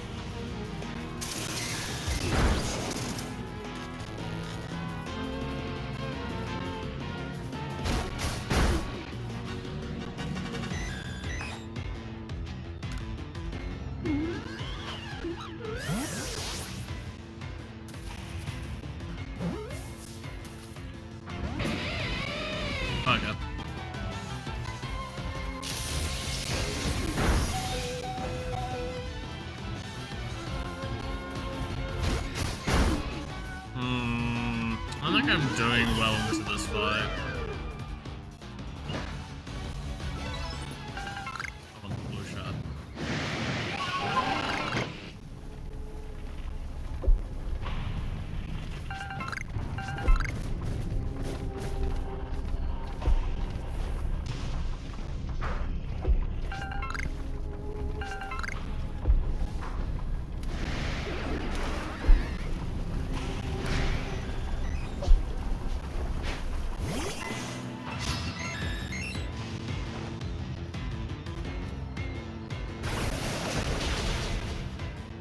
Bastard.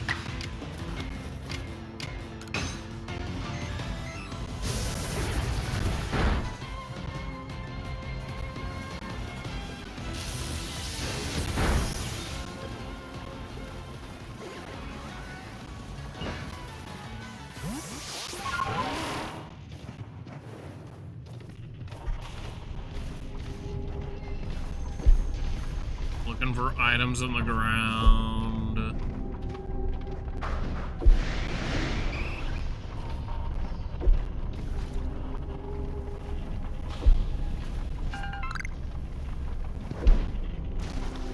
And that's pretty much all the items on the ground.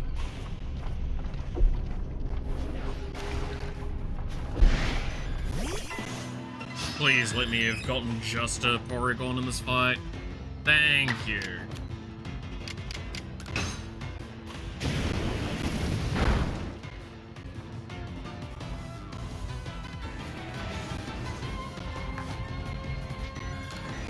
So hard to just get one-on-one battles in these areas.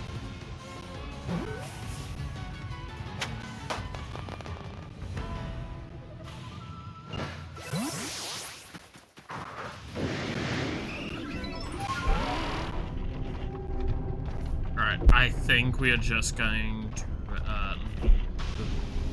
we're going to politely leave the area and go heal, lick our wounds.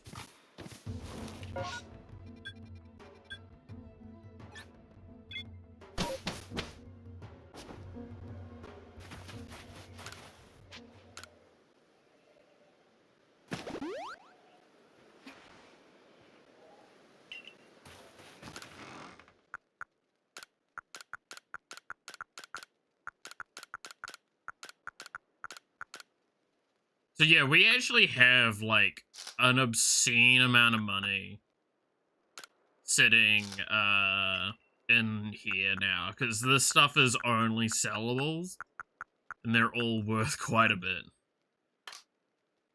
So we're actually doing really well.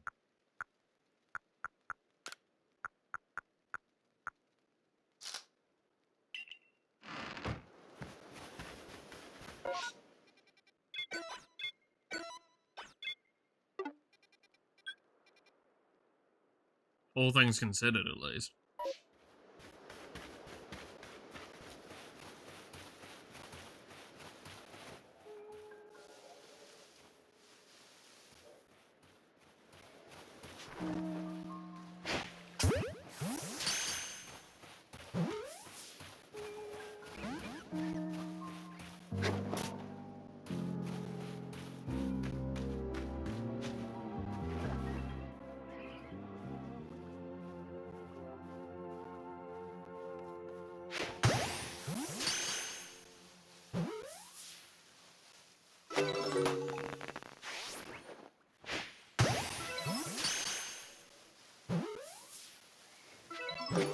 Hey, yo, that one's drowning itself. Should we be worried?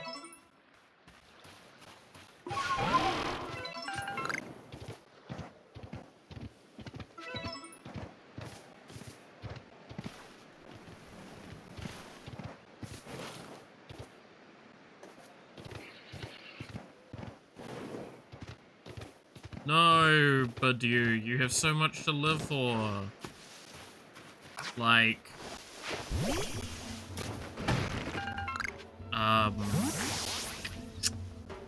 No one got any good ideas to tell her what it's got to live for.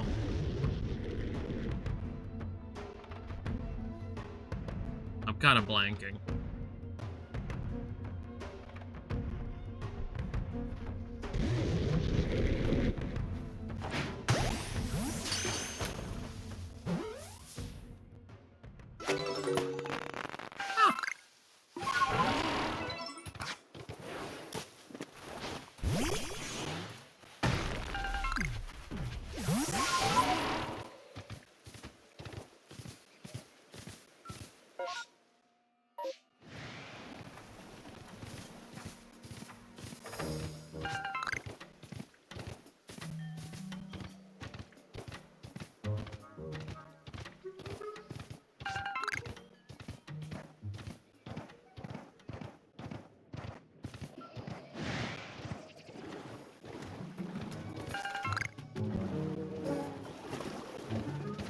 It was all pre-planned, I swear to God.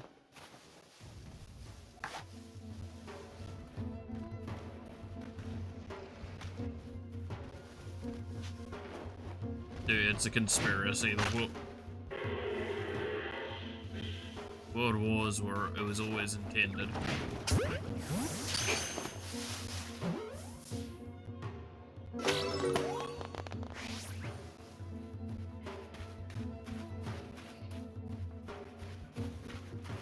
Who wants to try and catch a big hippo?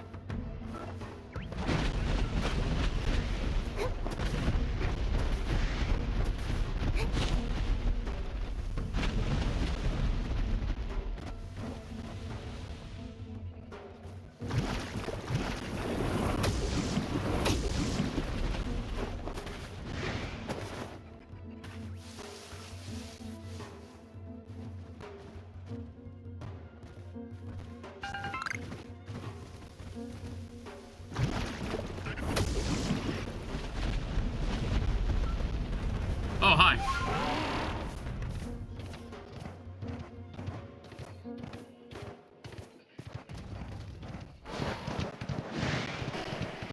I'm just gonna politely decline that situation.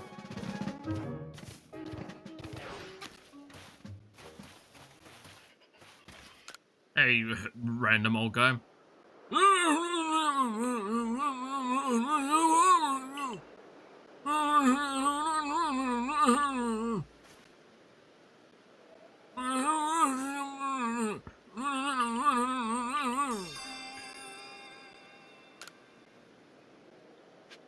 We should probably set up the camp.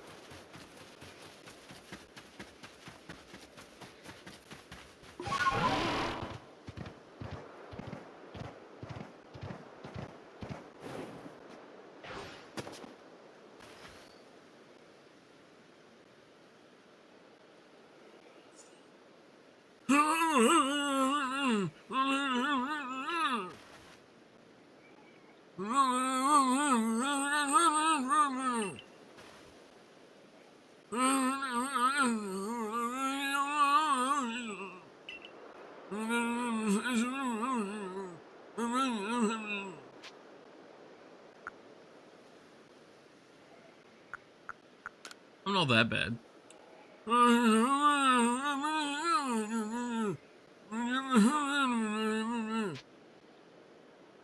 Leave it to me.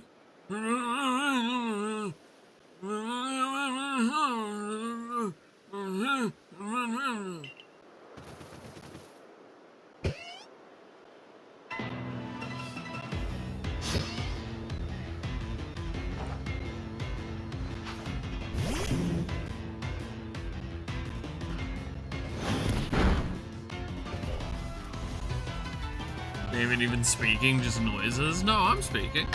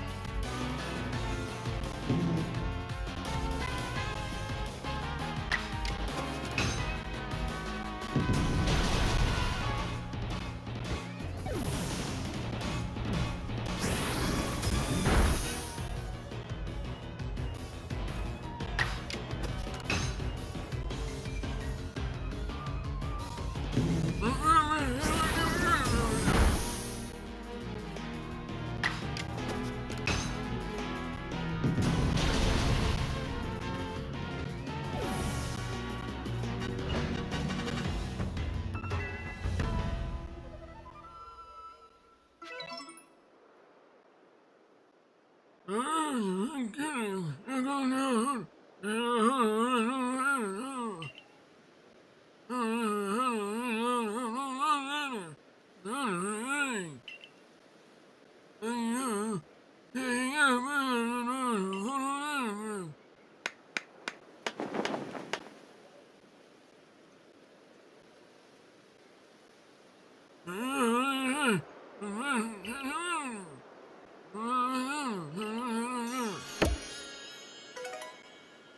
new space camp has been unlocked. Nice.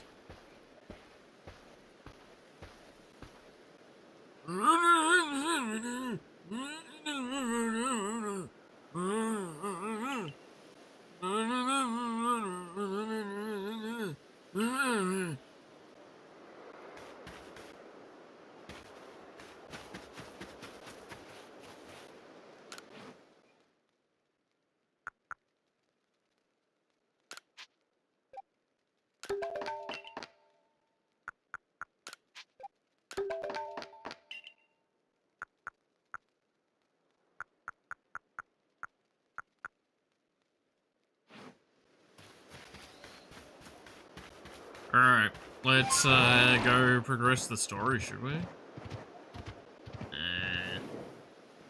Hey Matthew, how's it going?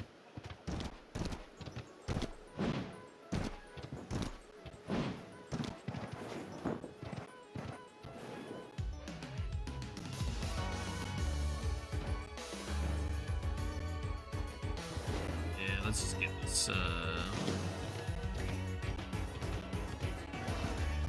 shall we? Got the Pride event tonight? Oh, nice, nice.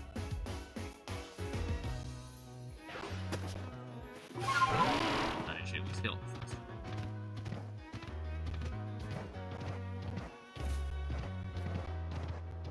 Yeah, we had our boys' night of magic last night. I was actually talking about it earlier. It was just some rough games. It's just some rough games.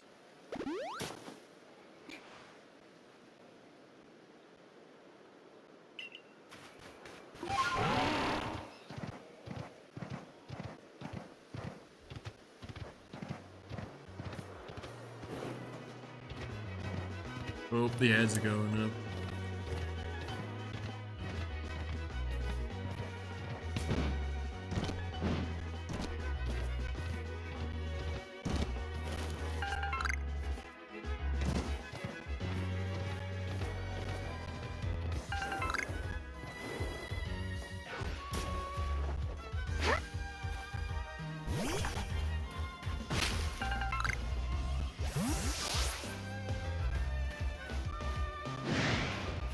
Alright, buddy. How the fuck do you see me?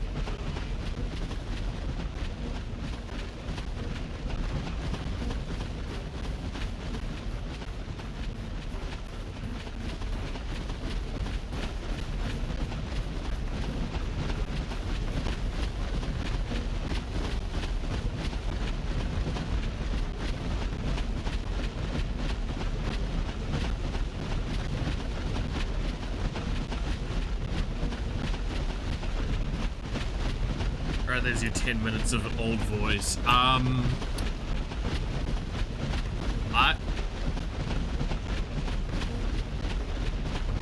I need to do something here?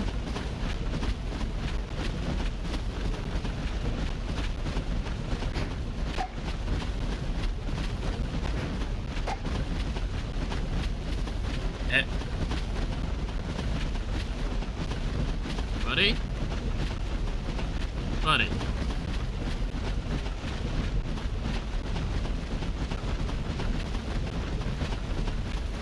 Buddy? Oh, there we go, we fixed him. Fuck, we fixed him!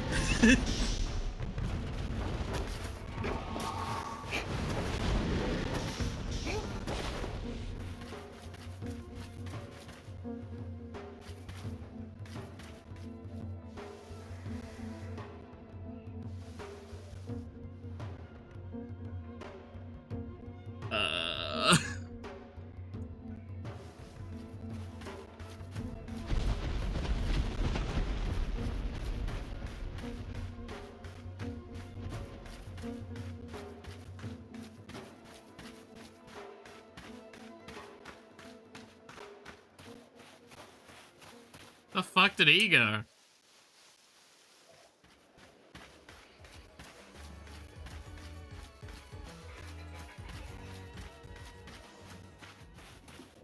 Kinda fucked off, didn't he? Back to his own planet. Well, he's supposed to spawn and, like, go around that little island there. So, wherever the fuck he went, and where he's supposed to be.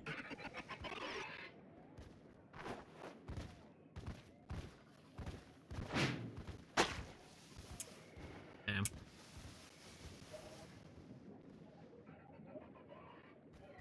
I don't know where that asshole went, but he gone.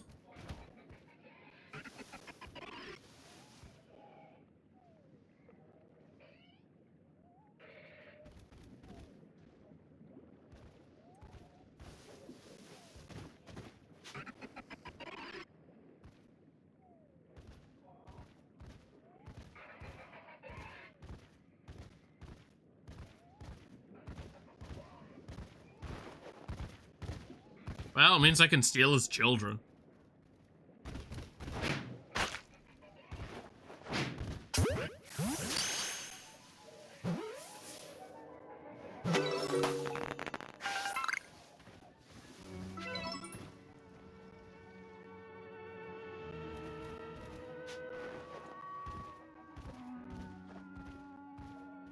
What do you think about making Son of a Dragon being partnered with, Ganax? Yeah, it is a combination of cards.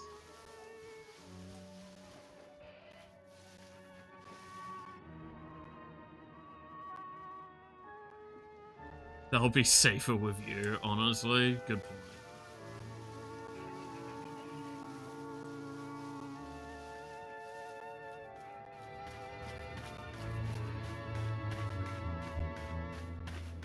I don't know where that parent went. Where the fuck did that alpha go?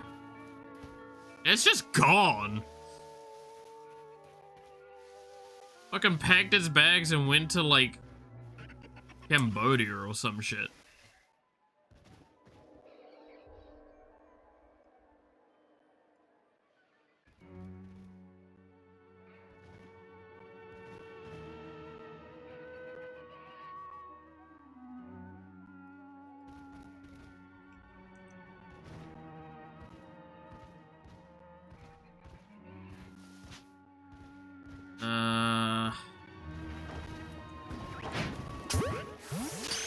Yeah, let's just start using gramps, honestly.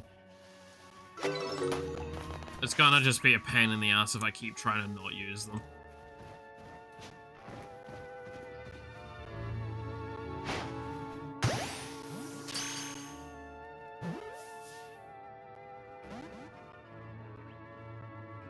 Malith annoyed the alpha so much it left them make orphans. Oh my god. Well, now I gotta catch them all. They're orphans now. My bread and butter.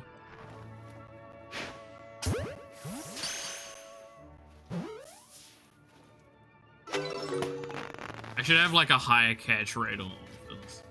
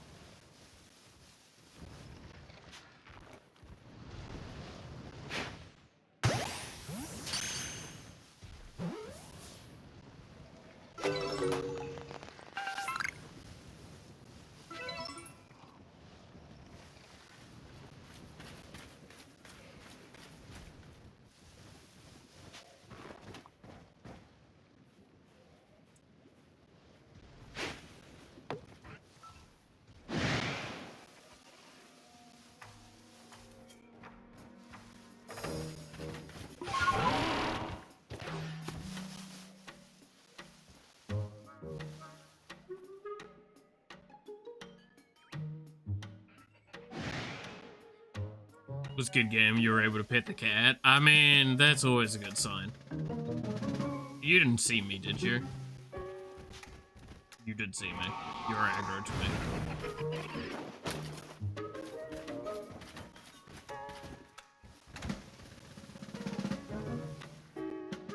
We're cool now, right? Yeah, we cool.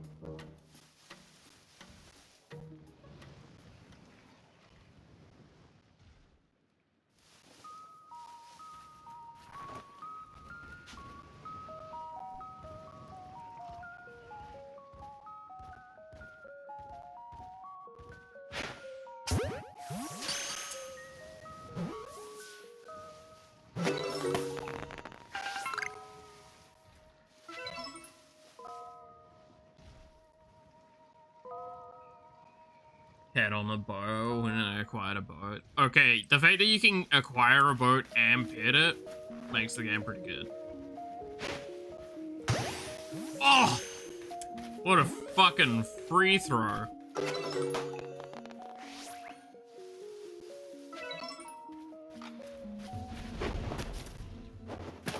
Oh shit, mama home!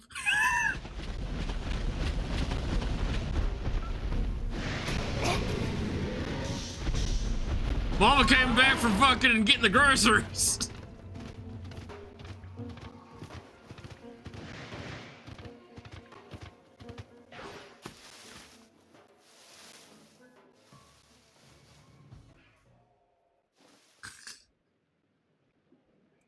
Where the fuck did you just spawn back in then?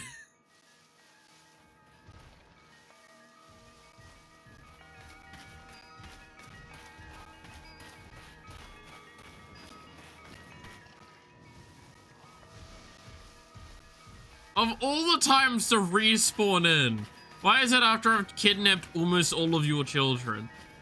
Kind of fucking weird. How? How? How?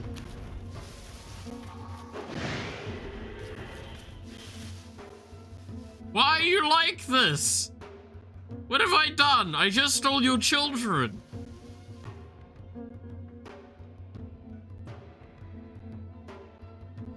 What is wrong with you?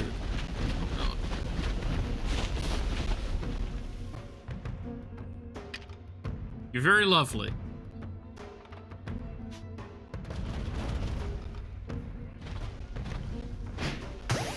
Get in the fucking ball.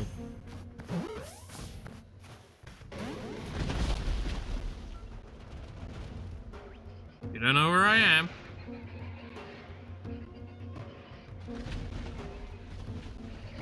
What the fuck is aggro to me? It's not the alpha.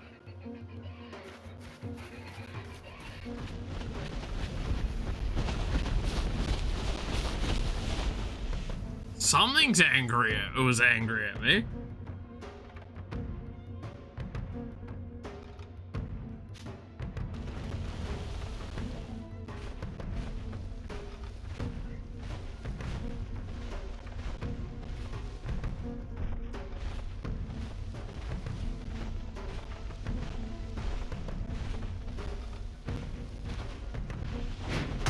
That fun booty.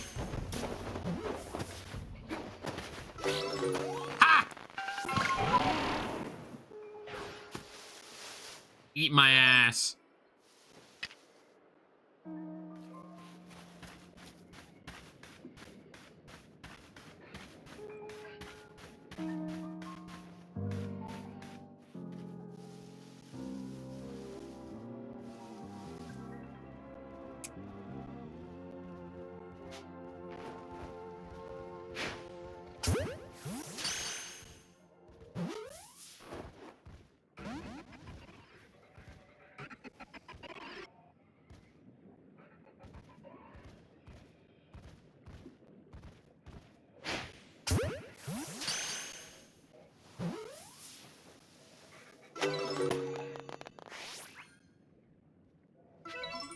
No one will be added to the count. Dude, that was such a weird fucking scenario. The alpha, like, despawned, respawned, fucking teleporting, fucking all sorts. And now there's more children again. Which I clearly gotta rectify. Can't leave them without their parent. It's like, why you order a family bucket of chicken?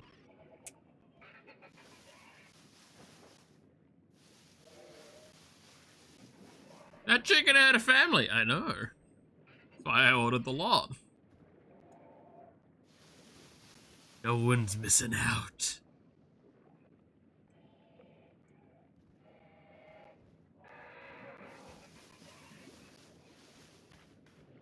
This has been an endeavor. I need to... Let's go progress the story. Hey, old woman.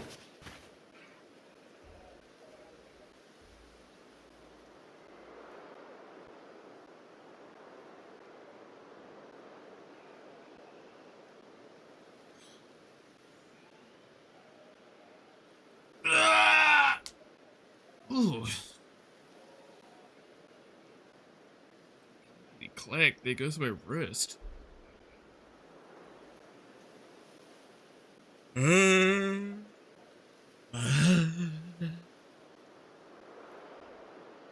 here, Miku. Ursaluna is enraged, yes, but he must still recall his long relationship with the Pearl Clan. He never fails to show up the moment I play my celestial flute.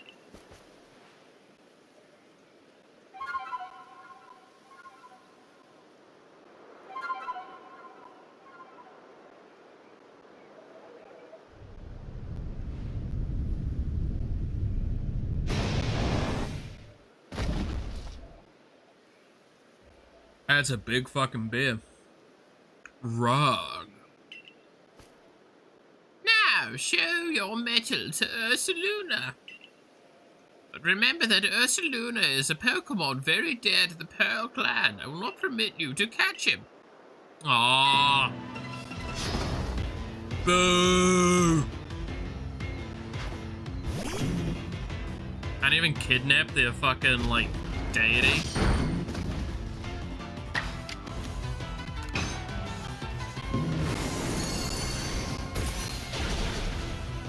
Fine, I'll just kill it then.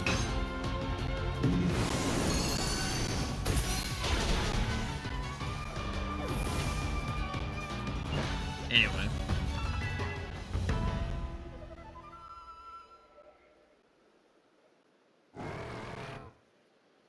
Ursaluna, my poor darling, you must be exhausted from running around like that.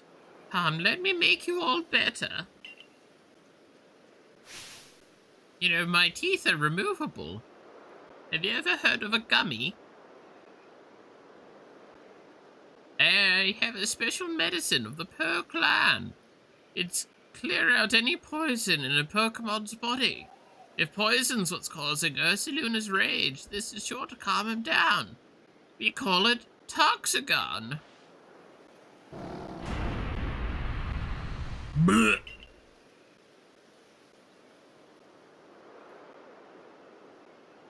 It's so potent that we can only use it on tough, resilient Pokemon like Ursaluna. There, dear Ursaluna, you've calmed down now, haven't you? This is all very strange, though. Wasn't really frenzied. Very astute of you, Galaxy Team Recruit. You'd like a gummy as well? Huh, you're exactly right. When you quelled Clover's frenzy, I could see the strange light rising into the sky all the way from here. But no such strange light erupted from Ursaluna after you defeated him, nor was he glowing. And what is this clinging to Ursaluna's coat? It seems like some kind of powder.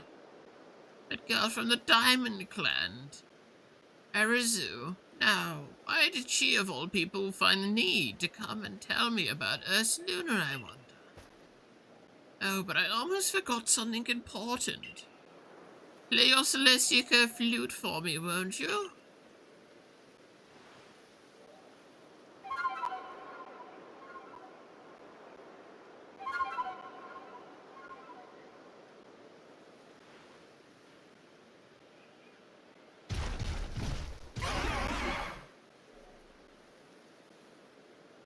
Ursaluna opened his heart and learned well the sound of you playing. You received the Earth Plate.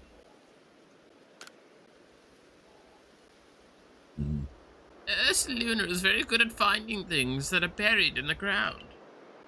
We say he's digging for treasure, even if these treasures might not always glitter or gleam.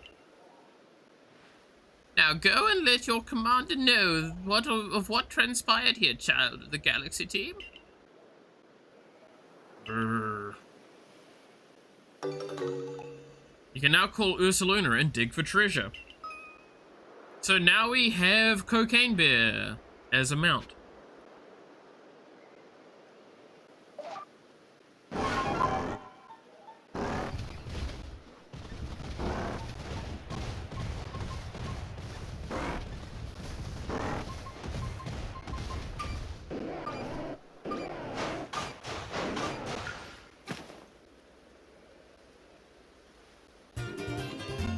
Old verse 9.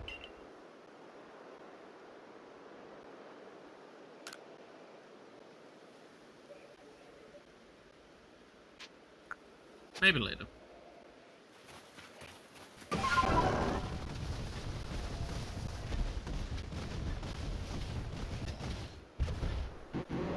So, I'm gonna be honest.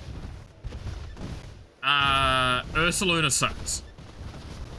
Because, what you don't realize, because you guys aren't in control, obviously. He doesn't jump. The button for jump, it does nothing.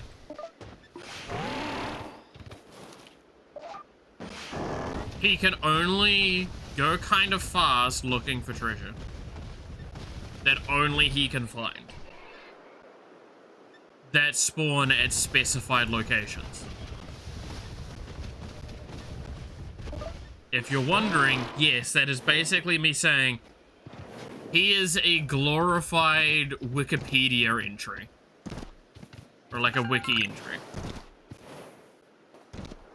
He kinda sucks.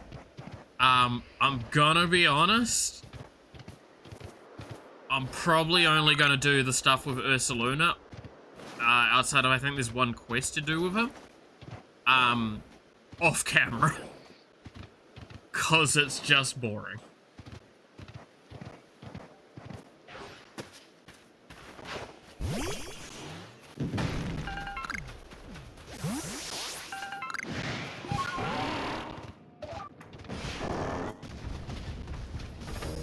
It's like, he moves slower.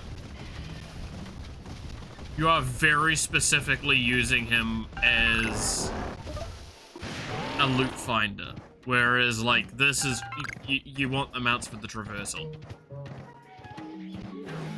It is possibly one of the most disappointing mechanics this game offers. I will be perfectly frank about it.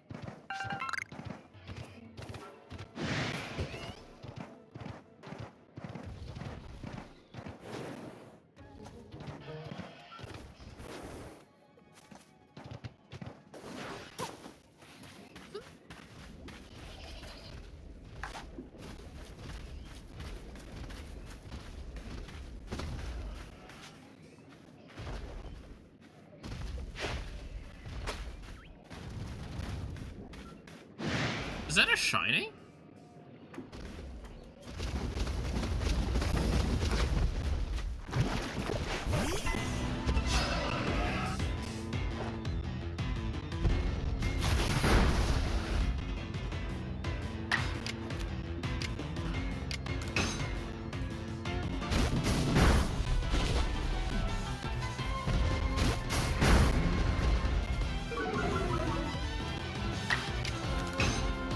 First shiny of the fucking game, I guess. That's a goddamn hippo.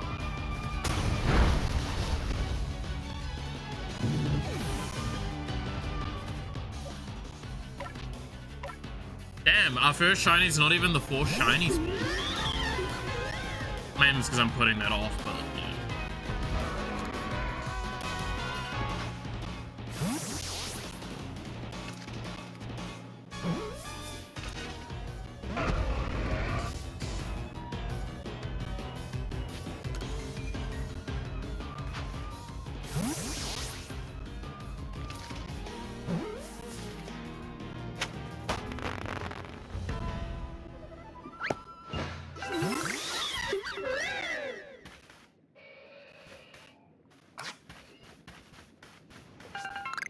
Well, there you go. That explains shiny hunting in this game, if we needed to really explain it. Shinies just turn up. You can see them in the world. The problem is, I genuinely cannot tell you what a shiny looks like sometimes for certain Pokemon species. So, expect me to probably run past a few. And I think I only caught like 3 before my shiny charm, including the 4th spawn one, when I last played. Like, when I originally played the game.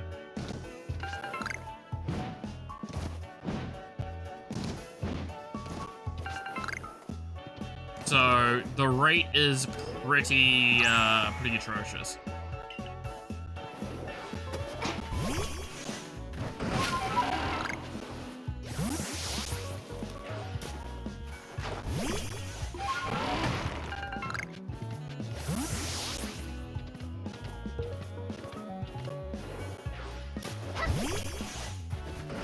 Now, fun fact,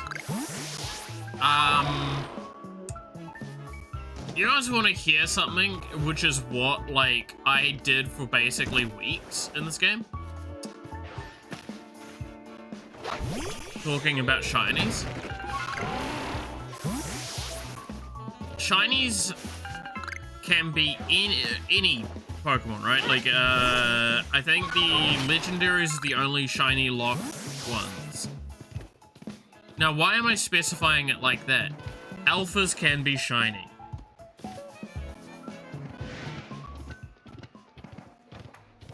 Yes, you can get alpha shinies.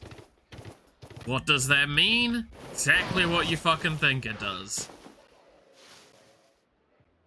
Alpha only really spawns when you reset an area, but they are consistent in where they spawn. So the odds suck complete ass. You will spend hours, days, weeks trying to shiny hunt an alpha. There is a specific spot on one of the maps where a specific alpha spawns that I farmed, and the route I took to catching it was insane. And I got really, really good at running that route. Over and over to almost a pixel perfect speed of doing it. I probably can't do that anymore because it's been actual years. And the worst part is I never got the shiny. I actually gave up on the game sooner than it took me to find the shiny. And if anyone's wondering which one it is, simply put, here's a slight spoiler. There is a alpha Garchomp spawn in this game.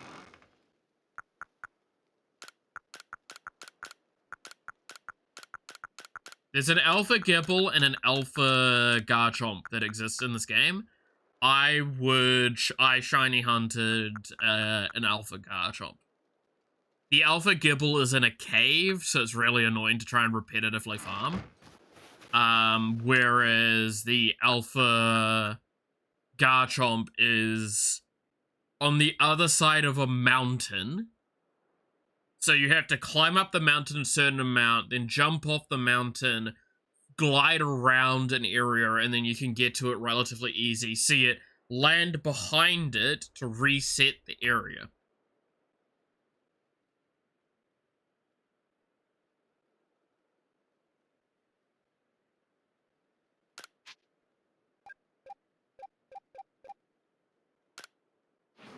If I cannot stress enough to you guys how many times I did that. Alright, let's head back.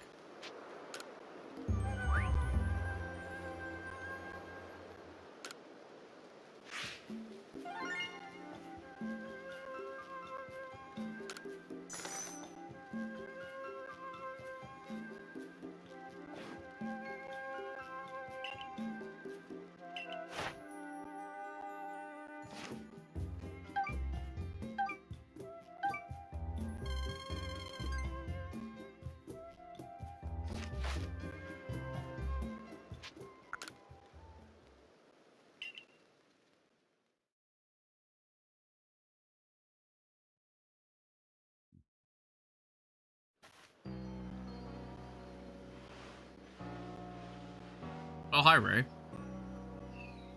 You're back! Get to the commander's office quick! Do I have to?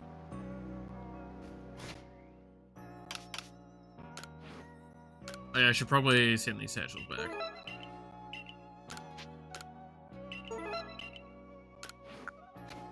Yeah, I've been hunting satchels as well off stream. Purely because like they are the mirror points are worth it.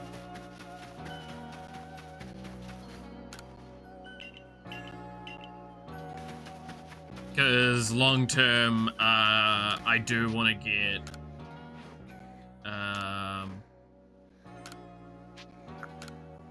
some of these items. Specifically, I really want to get this one. We're also gonna want to get that one. Like most of these, I believe. These two you can get from distortions. I'm pretty sure. But I think the rest of these you can't. And the stones you can also get from distortions. You go lay down. You nai-nai. Nai-nai. Nai-nai.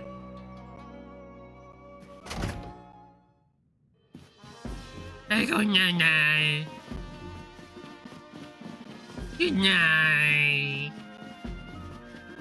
I love that fucking little clip. Child's so funny.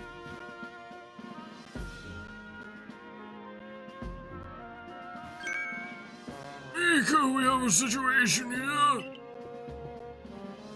Let me explain.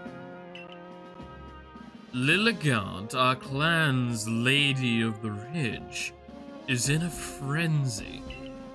And Azaru knowingly kept this from me. A Lilligant?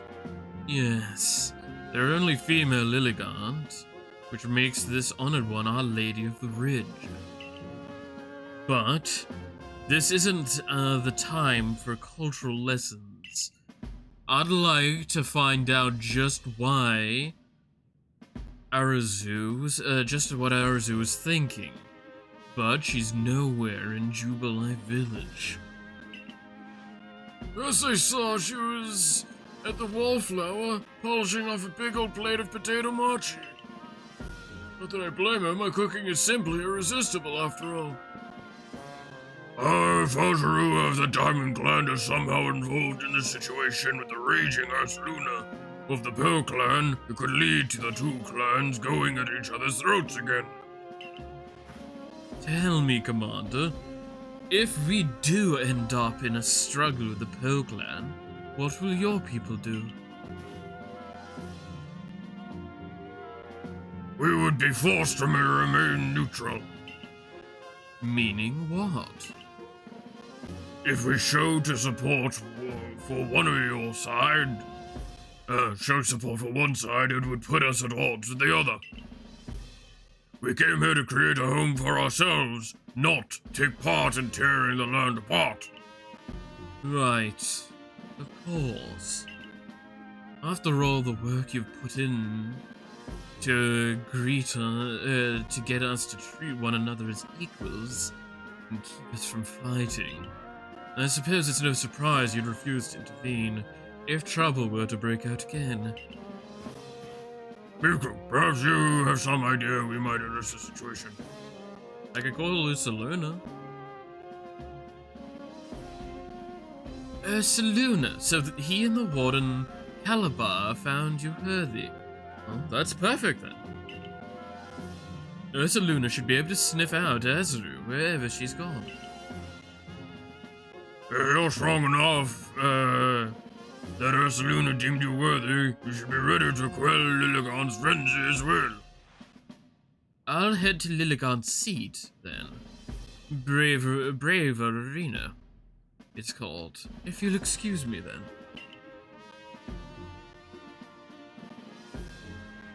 Listen well, Miku. You must quell any Pokemon that could cause harm to the people who pursue it. Always remember, we came here to make a new life, a new home, where we could live without war or strife.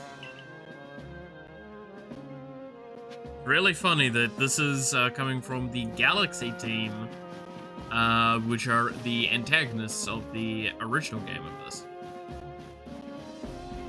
Or like what is the future of this region.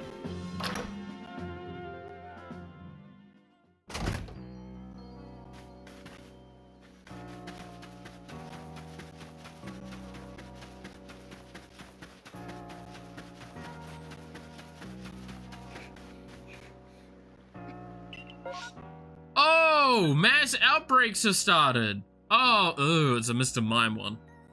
Okay, here's how you do shiny hunting a little bit. I'm not gonna do it because it's actually just a nightmare.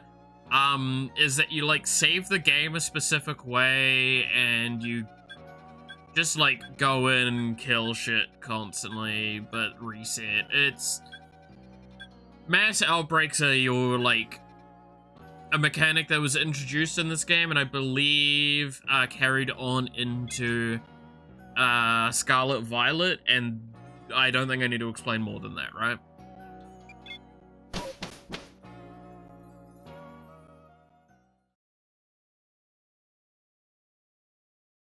It is a insane amount of Pokemon of a specific type being spawned. That girl who set out earlier must have been eating some of Banny's potato mochi. I could still smell them on her. Has occurred, there is now tons of invisible walls everywhere. Yeah, yes, the mimes have arrived. Dude, I stand by. I'm not a fan of mimes. I don't get creeped out by them, but I'm just like... outside of like really high-end professionals, I've never been impressed with them, right? I've seen Miss Caliber riding around on the Ursaluna. She serves digging for treasure on the ground. And Ursaluna uses his scent to smell. This has a blah blah blah. If you didn't get the fucking hint, use the Ursaluna to find a person. Oh, look at that. There's a special color thingy indicating that we're following a quest.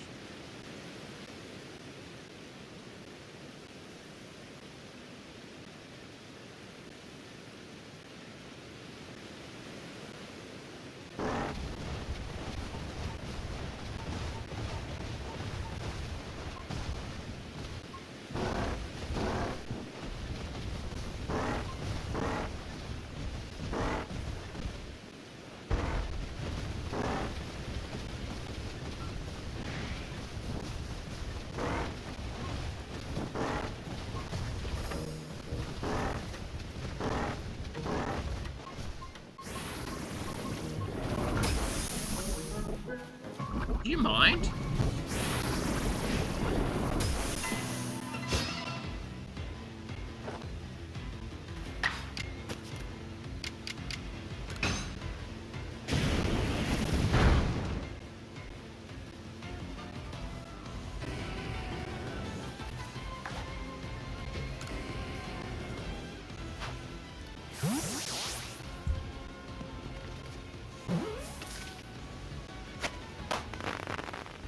See, this is what you get for pissing me off.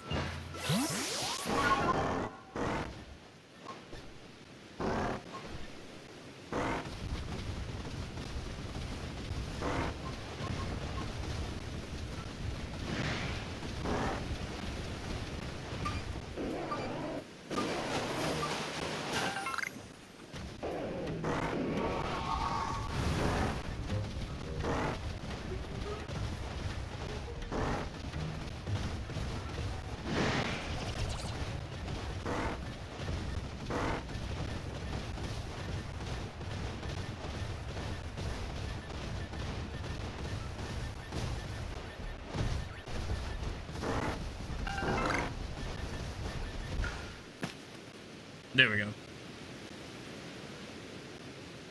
You need to teach Typhlosion better moves. It knows Ember for crying out loud. I believe it only knows like Hex and another one, so.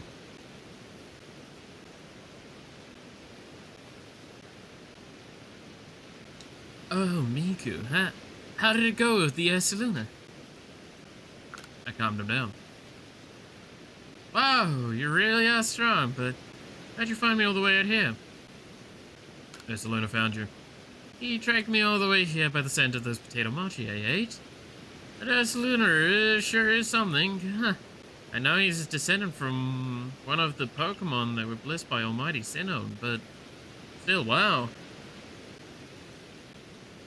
Oh, my luck's run out, though, as you can most likely tell. Got chased by a Pokemon and sprained my ankle pretty bad as I was running away. Almost like the world wants to punish me. Ah, there you are, Arzu, right?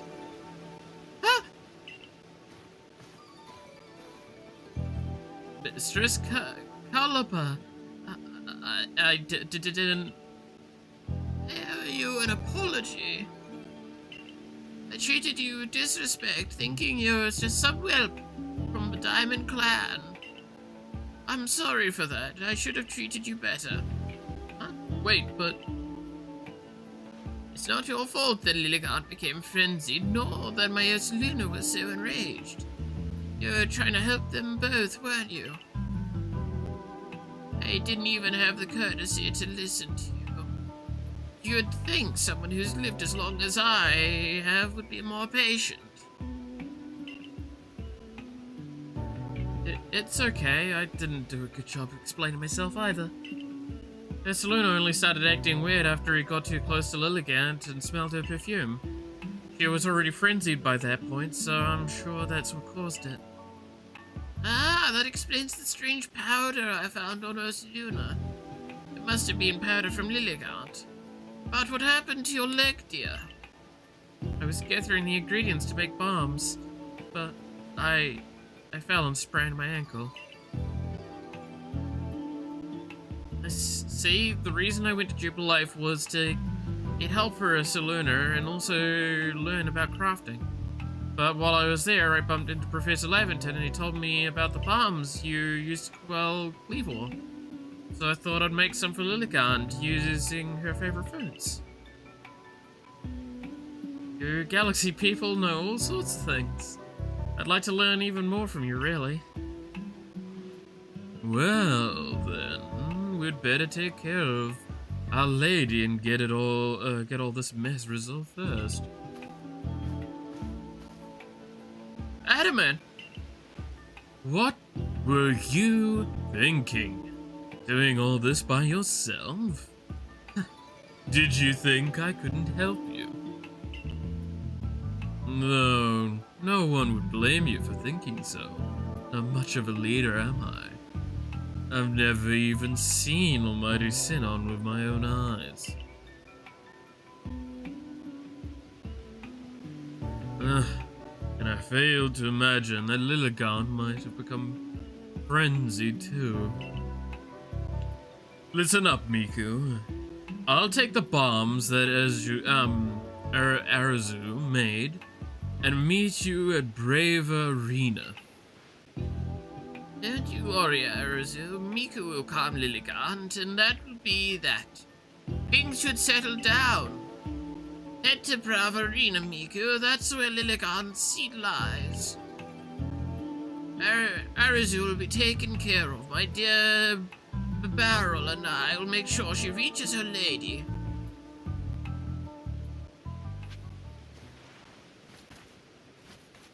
Alright. Now we gotta go all the way fucking up there.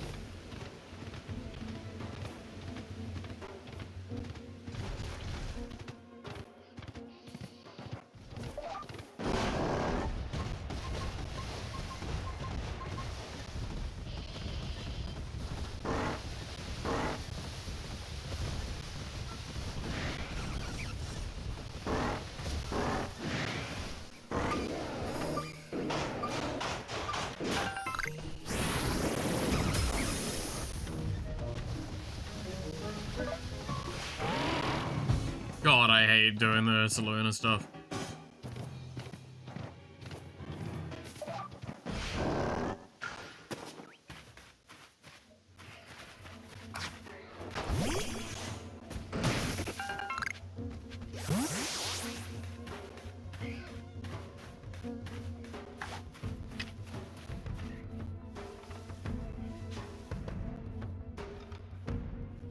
Level 50 Roserade.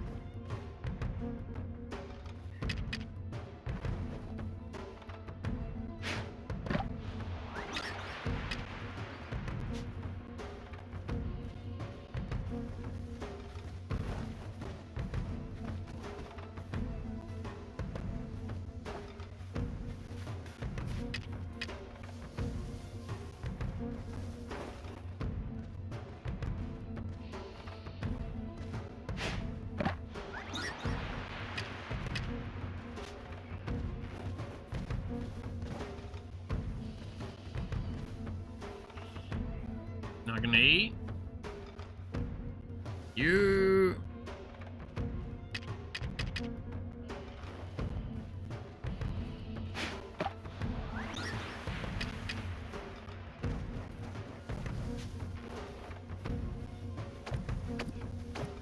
Oh wow, okay, never mind then.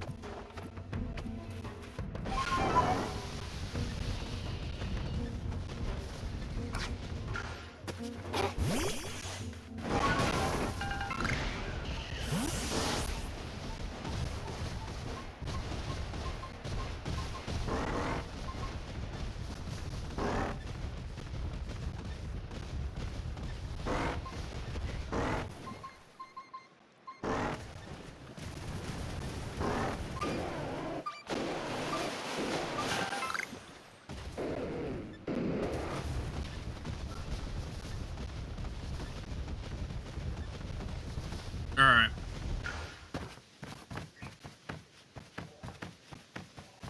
Hey, Adamant. So you've come. I take it that means you're ready? Yeah, sure. Well, it's only a Dark Souls boss fight. Lady Lilligant is a sight to see. Even in her frenzy, behold her and be grateful.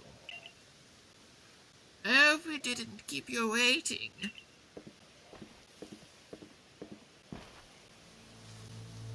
All it took was one of my poultices to get your leg all patched up. Caliban, ma'am, I'm deeply sorry we've had to lean on your help so much, especially as we're from different clans.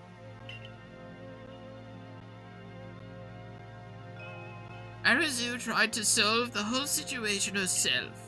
I dare say she bit off more than she could chew and caused some trouble, but her heart was in the right place.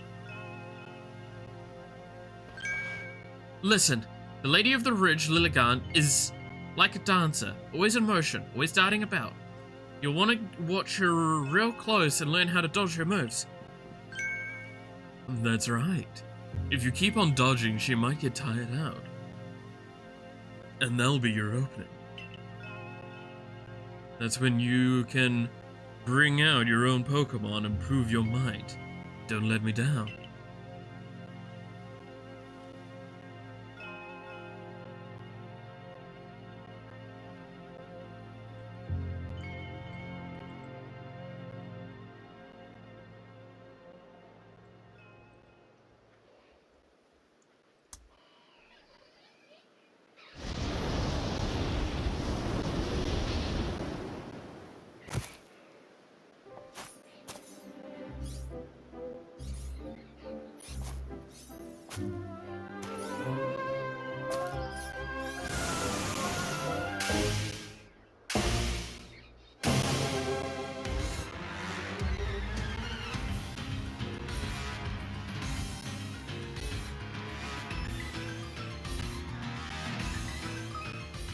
Alright.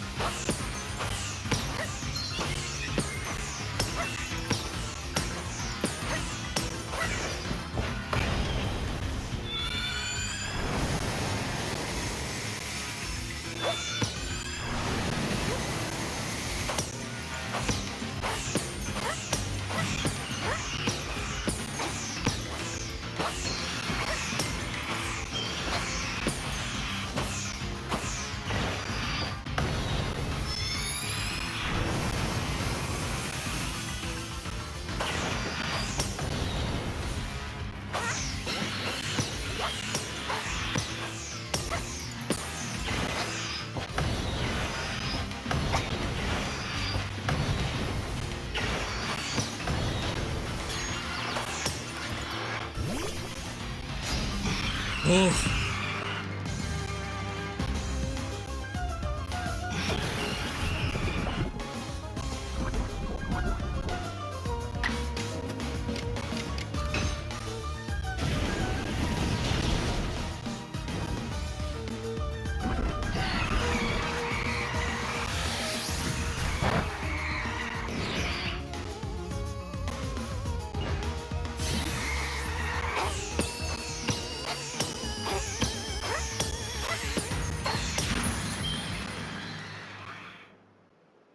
And there we go.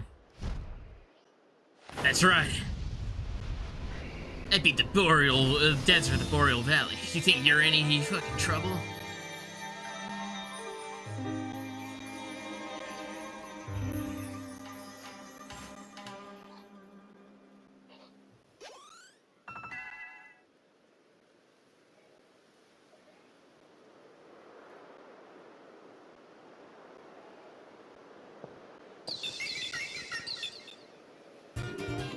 You received the Meadow Play from Lilligan.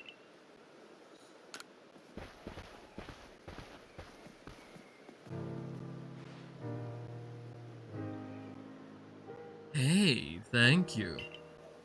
You didn't just save Lilligan, you saved Arazu as well. I appreciate it. There's Luna and now Lillican? You're amazing, you know that? Being all frenzy still didn't suit Lilligan one bit. I'm so happy she's back to her graceful self. Yeah. Arazu, you still owe someone an apology. Huh? Oh, don't worry about it. A young one like her is bound to get caught up in some trouble from time to time.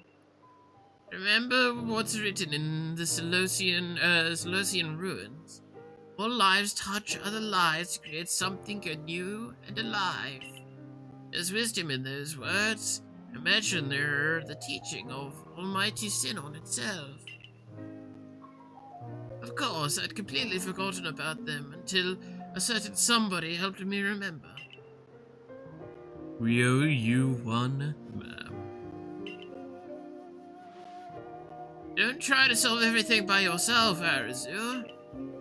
You're a warden. Of all people, you should know how to stand in solidarity with others. It's our job to stand side by side with Pokemon. After all... Yes, I know, I'm sorry. Well, I can hardly start yelling at you now after Caliber wrapped all that up so nicely.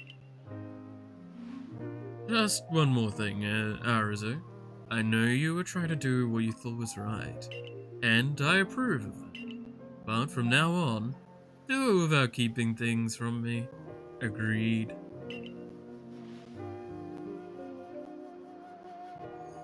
Other than that, no need to change a thing.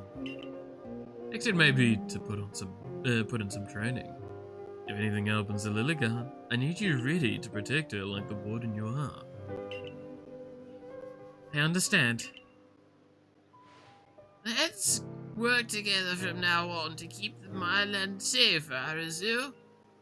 I'll be sure to inform Merida that both the Diamond and Clan and the Galaxy team helped us save Ursaluna. You did well, Miku. All our different groups finally joined hands to work together today. I admit it was a fun day for me, but now it's about time I be on my way. Listen, you know me, I'm Adamant, the leader of the Diamond Clan. I worship Almighty Sinon, the ruler of time. Time is all about change. We can't live in fear of that. We can only try to help the time we live in change for the better. Something tells me helping you folks out will help me do that. I'm looking forward to it. Thank you for everything, Miku. I think I'll stay and talk to Lilligan for a while. What happened, Lilligan? How'd a kind-hearted Pokemon like you ended up all frenzied, huh? Though it's not like I'm perfect. I hid things and lied. Couldn't even help you save. To keep you safe. Really sorry about everything. Liddy.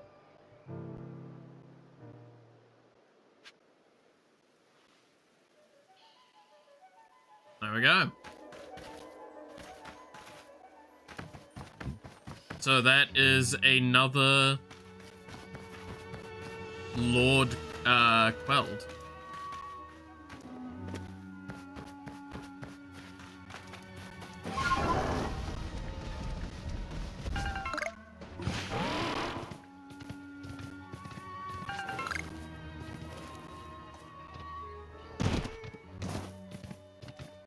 Ow.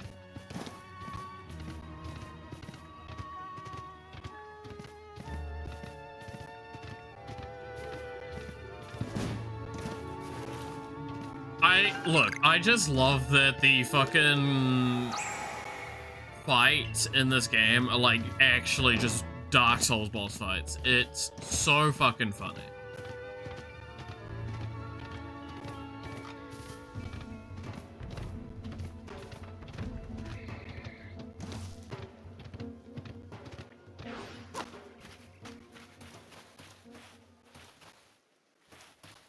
So yes, I was right. Okay. Here's a real fun little piece of lore for you guys.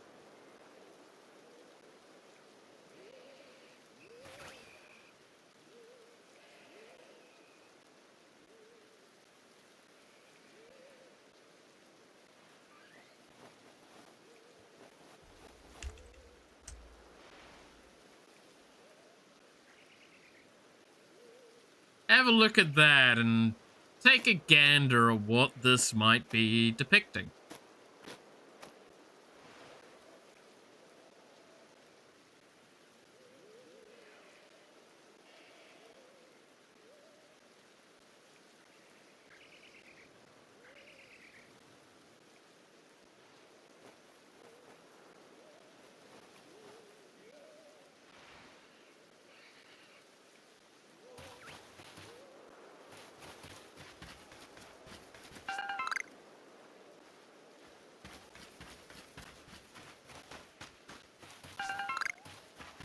And then there's this.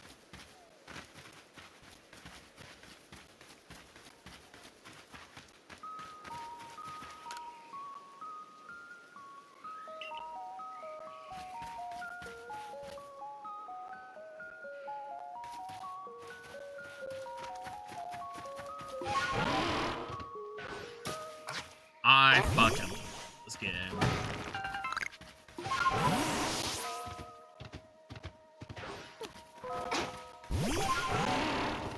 The rock. Not just the rock. Just, no, what was it? It's not just a boulder.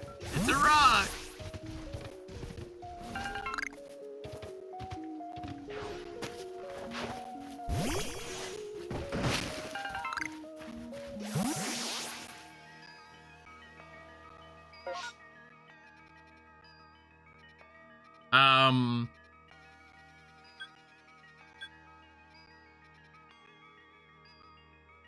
Then Volo say he's checking out some ruins. I don't know if it's these ones he's supposedly checking out yet.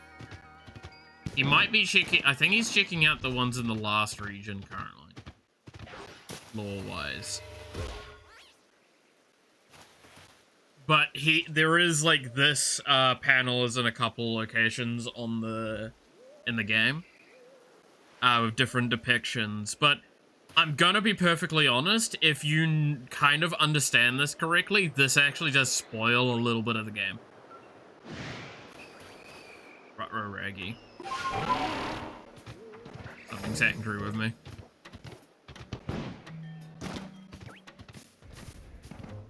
But like also spoiling this game, oh no, this game that came out like 6 years ago.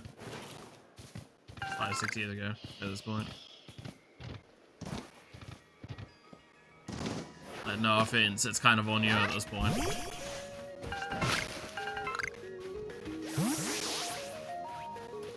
There's only one thing I'm making sure I stay quiet about, because it is the coolest part of this game.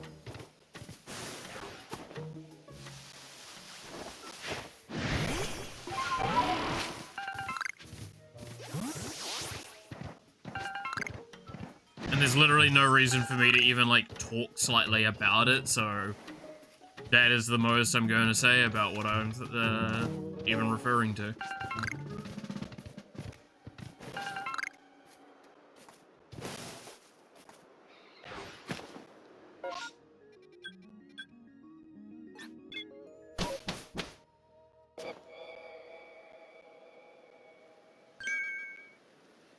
And here we are. You're a real wonder. I saw light disappearing into the space-time rift. Quelled another frenzied Pokemon, have you? You still don't know what's causing the lightning that frenzies these Pokemon.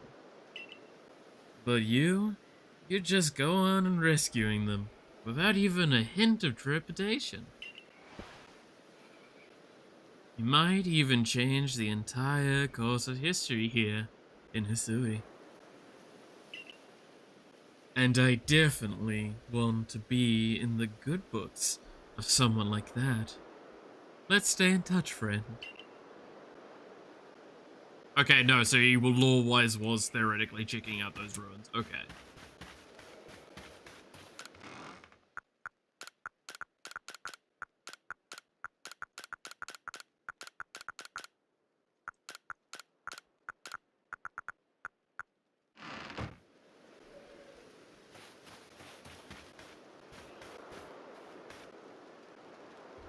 Yeah, I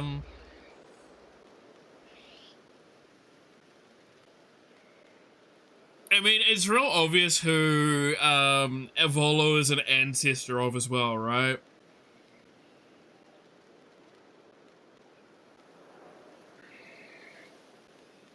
Especially with the fact that the two Pokemon we've seen him with is a Togetic and a Gibble. It should be pretty fucking obvious who they're the ancestor of.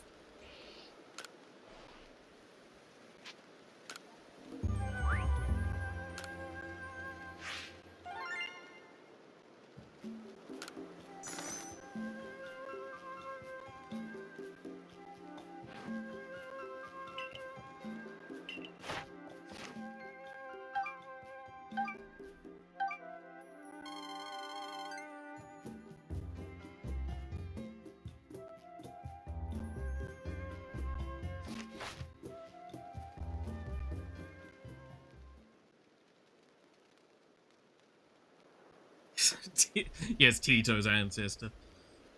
What's this? What is this? You quit little gun. Smashing. Let's head back to the village then. The commander will be waiting, wanting a report.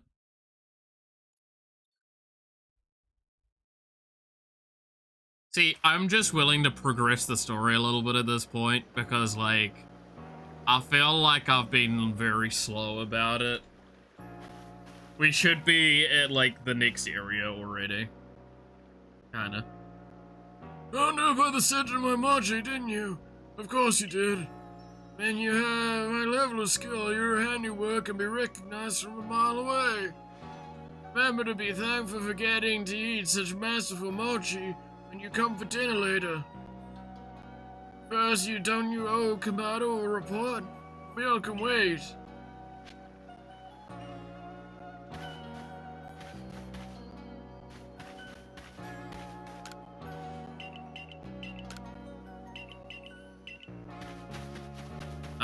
Have you restocked? Cool.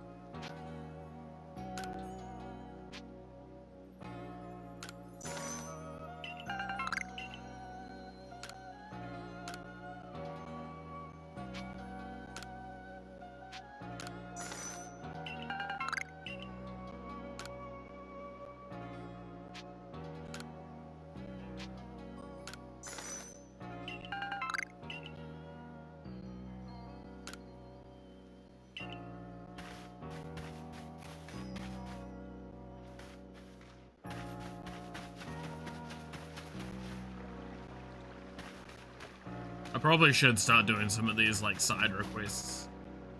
Though.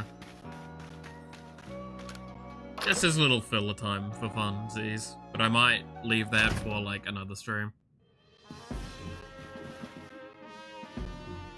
Anla's looking a little shocked there, good lord.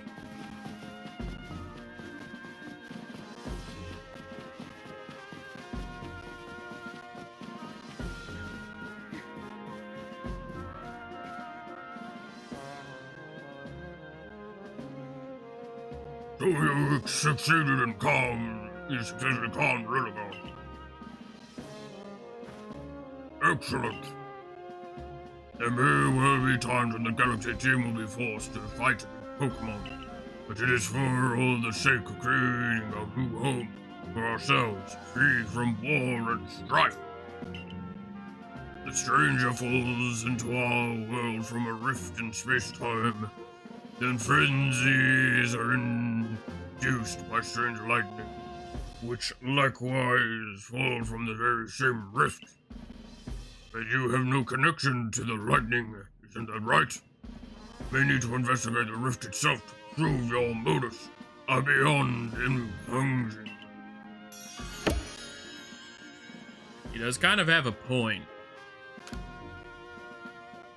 It is actually pretty suspicious that we turn up, then the lords start getting frenzied, and then we are the only ones that seem to be able to quell their frenzy. Here you go! Piping hot potato mochi, fresh from the stove. Now look at this life, eh? Enjoying tasty potato mochi with friends sharing the latest findings. Blame Nomona trying to save us. It's just all of the lords getting frenzied are just like after effects from fucking Nomona trying to tear her own space-time rift. Sharing the latest findings from our Pokemon research and then topping it all off with a good night's sleep. Truly, who could ask for anything more? Sure, it's nice. Yet, I keep doing the same thing day after day. Is it really getting us anywhere? With our research or with carving out a life here? Oh, right. Have these flashy new recipe, Miku? It ought to scatter those gloomy thoughts. Got the Scatterbangs recipe. Come now, don't worry yourself so, my boy. As a wise man once said, trust in yourself and you'll find your way. These words are worth taking to heart, as long as we truly believe in ourselves. I'm sure we'll even complete the Pokedex of ours someday.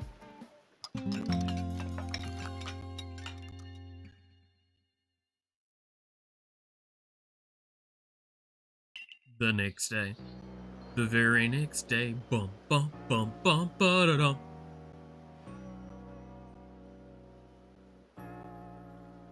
Morning, sleepyhead. You'll never guess what. I'm gonna start working at the hairdresser's shop. Now you'll be able to try out my own original hairstyles. Isn't that super exciting? Oh, I'm still gonna be Lilligan's warden and all.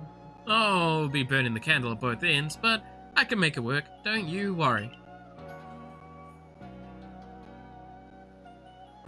Oh. Anyway, come on over to the hairdressers when you can, Miku. I'll give you a killer hairstyle. I'm pleased that you have found a worthy successor for your establishment, Edith. Mr. Komodo, sir, so about the whole Ursa Luna situation. If you were able to work here in Jubilee Village, you're a family to us, no matter who you are or where you come from. Welcome, Marizu. Way more welcoming to her than he is to me. And you, Miku. You will come with me. To Prelude Beach.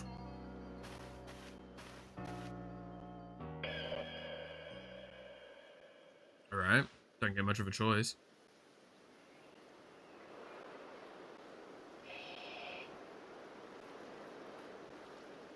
These people have just arrived here in Hisui. They will live together with us and jubilant visitors.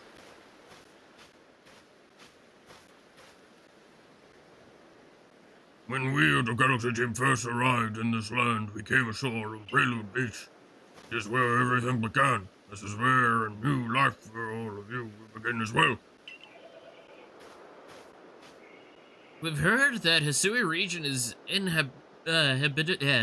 habitable by many inhabited by many powerful and frightening Pokemon.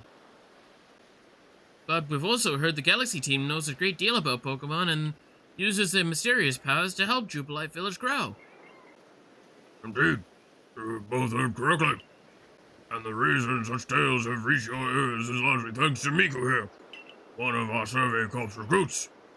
Though the combined efforts of all our team members, let us continue to develop our village and thrive here in the Hisui region.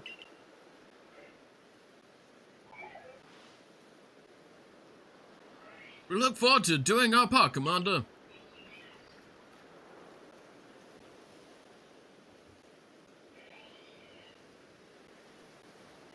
The advancement of our understanding of Pokemon, thanks to the Survey Corps, has expanded the areas where we can operate safely. This allows us to welcome in newcomers like them. Miku, you truly do love Pokemon, don't you? Yeah, I do. Huh. Pokemon have done grave injury to many of our fellows in the Galaxy team. And yet you still find love for these creatures in your heart. I suppose this is a necessary quality for one in the Survey Corps.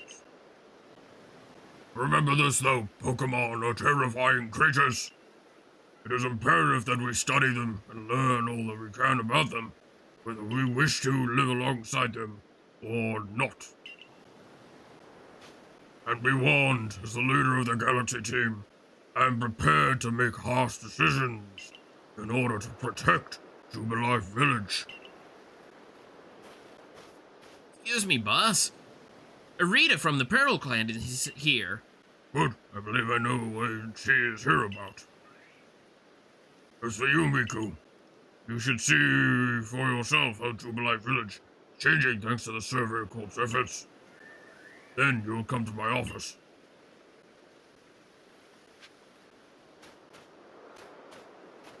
Alright.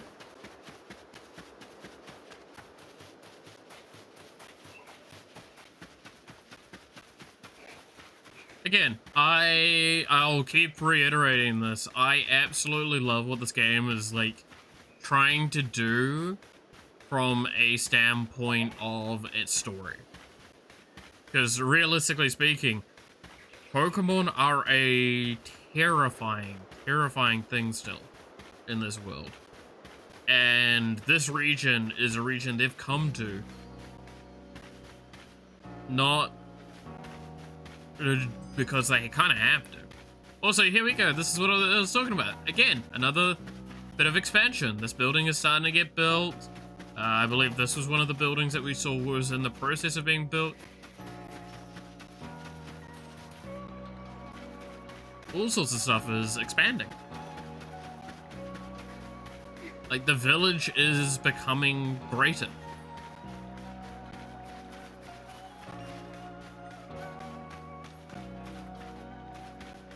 Like, our efforts are not just getting recognized by, like, characters.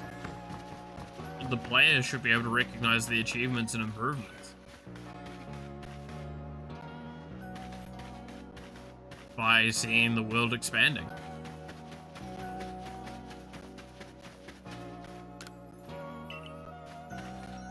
I fucking love it.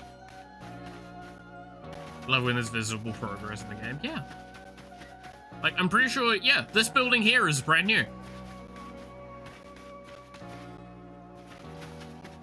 Because this is where the tree was at one point that kids were playing under at the very beginning. And now there's like a whole building here.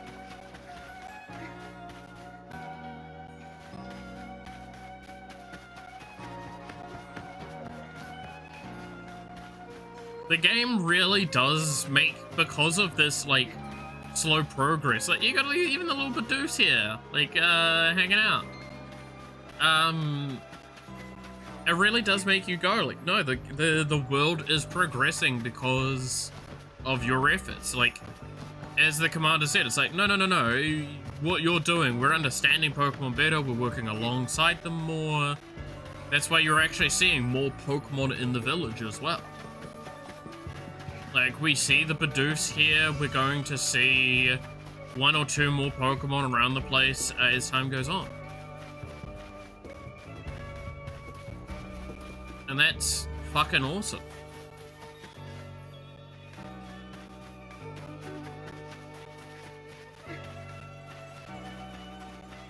Like, this game is just really, really charming.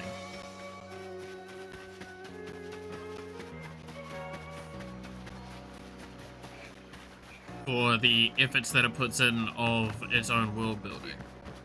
Like, hell, realistically speaking, this building also had construction around it at the beginning, right? Like, it had scaffolding on the sides.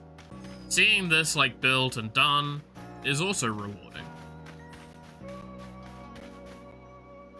Now, admittedly, they could have gone more with it. Like, they could have had more characters walking around. They could have had characters not look just like fucking very clear vendors where it's like they're standing at the front like that. So admittedly, you kind of get that with Azru here. Is like, we can now get a hairstyle done, but she's like sitting in front of it with a bit of charm with it. But we still have characters like that. You don't mind it as much because they did put in the effort to have a growing village.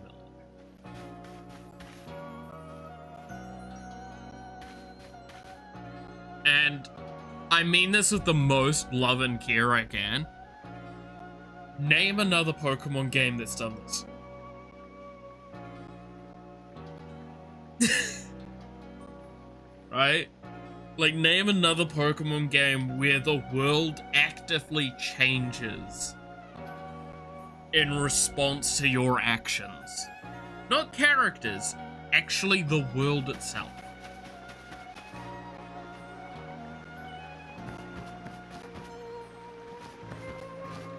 I actually don't think there is much in the games that have that. And definitely nothing to the scale that the main hub that you go to actively changes. And it's, admittedly, it is something that a modern Pokemon game does have a harder time with, purely because this is showing the growth of an expedition. This is something that that's not really something that happens in the real, like, in modern times in our world, so why would it happen in Pokemon, right? Like, all the regions in the Pokemon world, as they keep adding more and more, they can't really, like, make it as if they've never been there before and it's brand new stuff like that. To be fair, the new game does sound interesting because some of the leaks seem like, even the leakers are sitting there like, we don't think these are real because these numbers seem wrong. Apparently, the upcoming was it Wave and something 1? There was like, was it 300 new Pokemon and or Pokemon forms are gonna be in it, which is by far the most in a game ever. Wave and Win, thank you. Yeah. Like 300 like new Pokemon or Pokemon forms. So like a Alolan form sort of argument. Like that sounds way too much. Apparently there's also going to be a new mechanic, like Gigantamaxing Mega Evolution.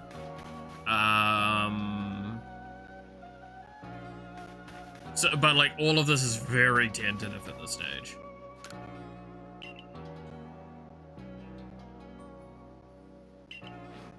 Oh yeah, now we can buy EXP candies. At least the early basic ones. But yeah, like it's the fact that even when like the people that are leaking this content, like this information, are like, we're not actually sure this is real. It definitely makes me have a slight hesitation on wanting to like pay too close of attention. I mean it with like the most like, yeah, no, I'm just being realistic, right? Alright, I think I'm gonna finish up here for today. 3.5 hours is a solid amount of time, and I think I'd like to take the rest of the day off, because I did actually have a really bad sleep last night.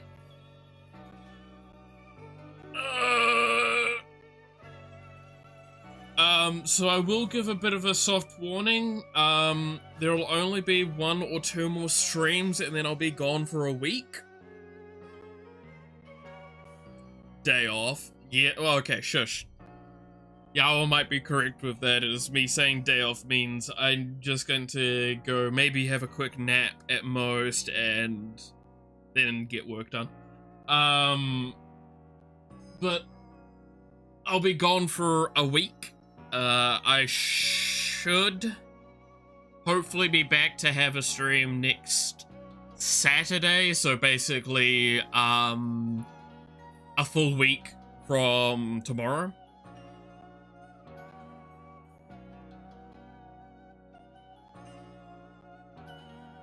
We'll see. Because that'll be down to how everything goes. So, with that being the case, thank you all so much for watching. I hope you enjoyed. You're awesome, stay awesome, and I hope to see you again next time. Until then, bye-bye.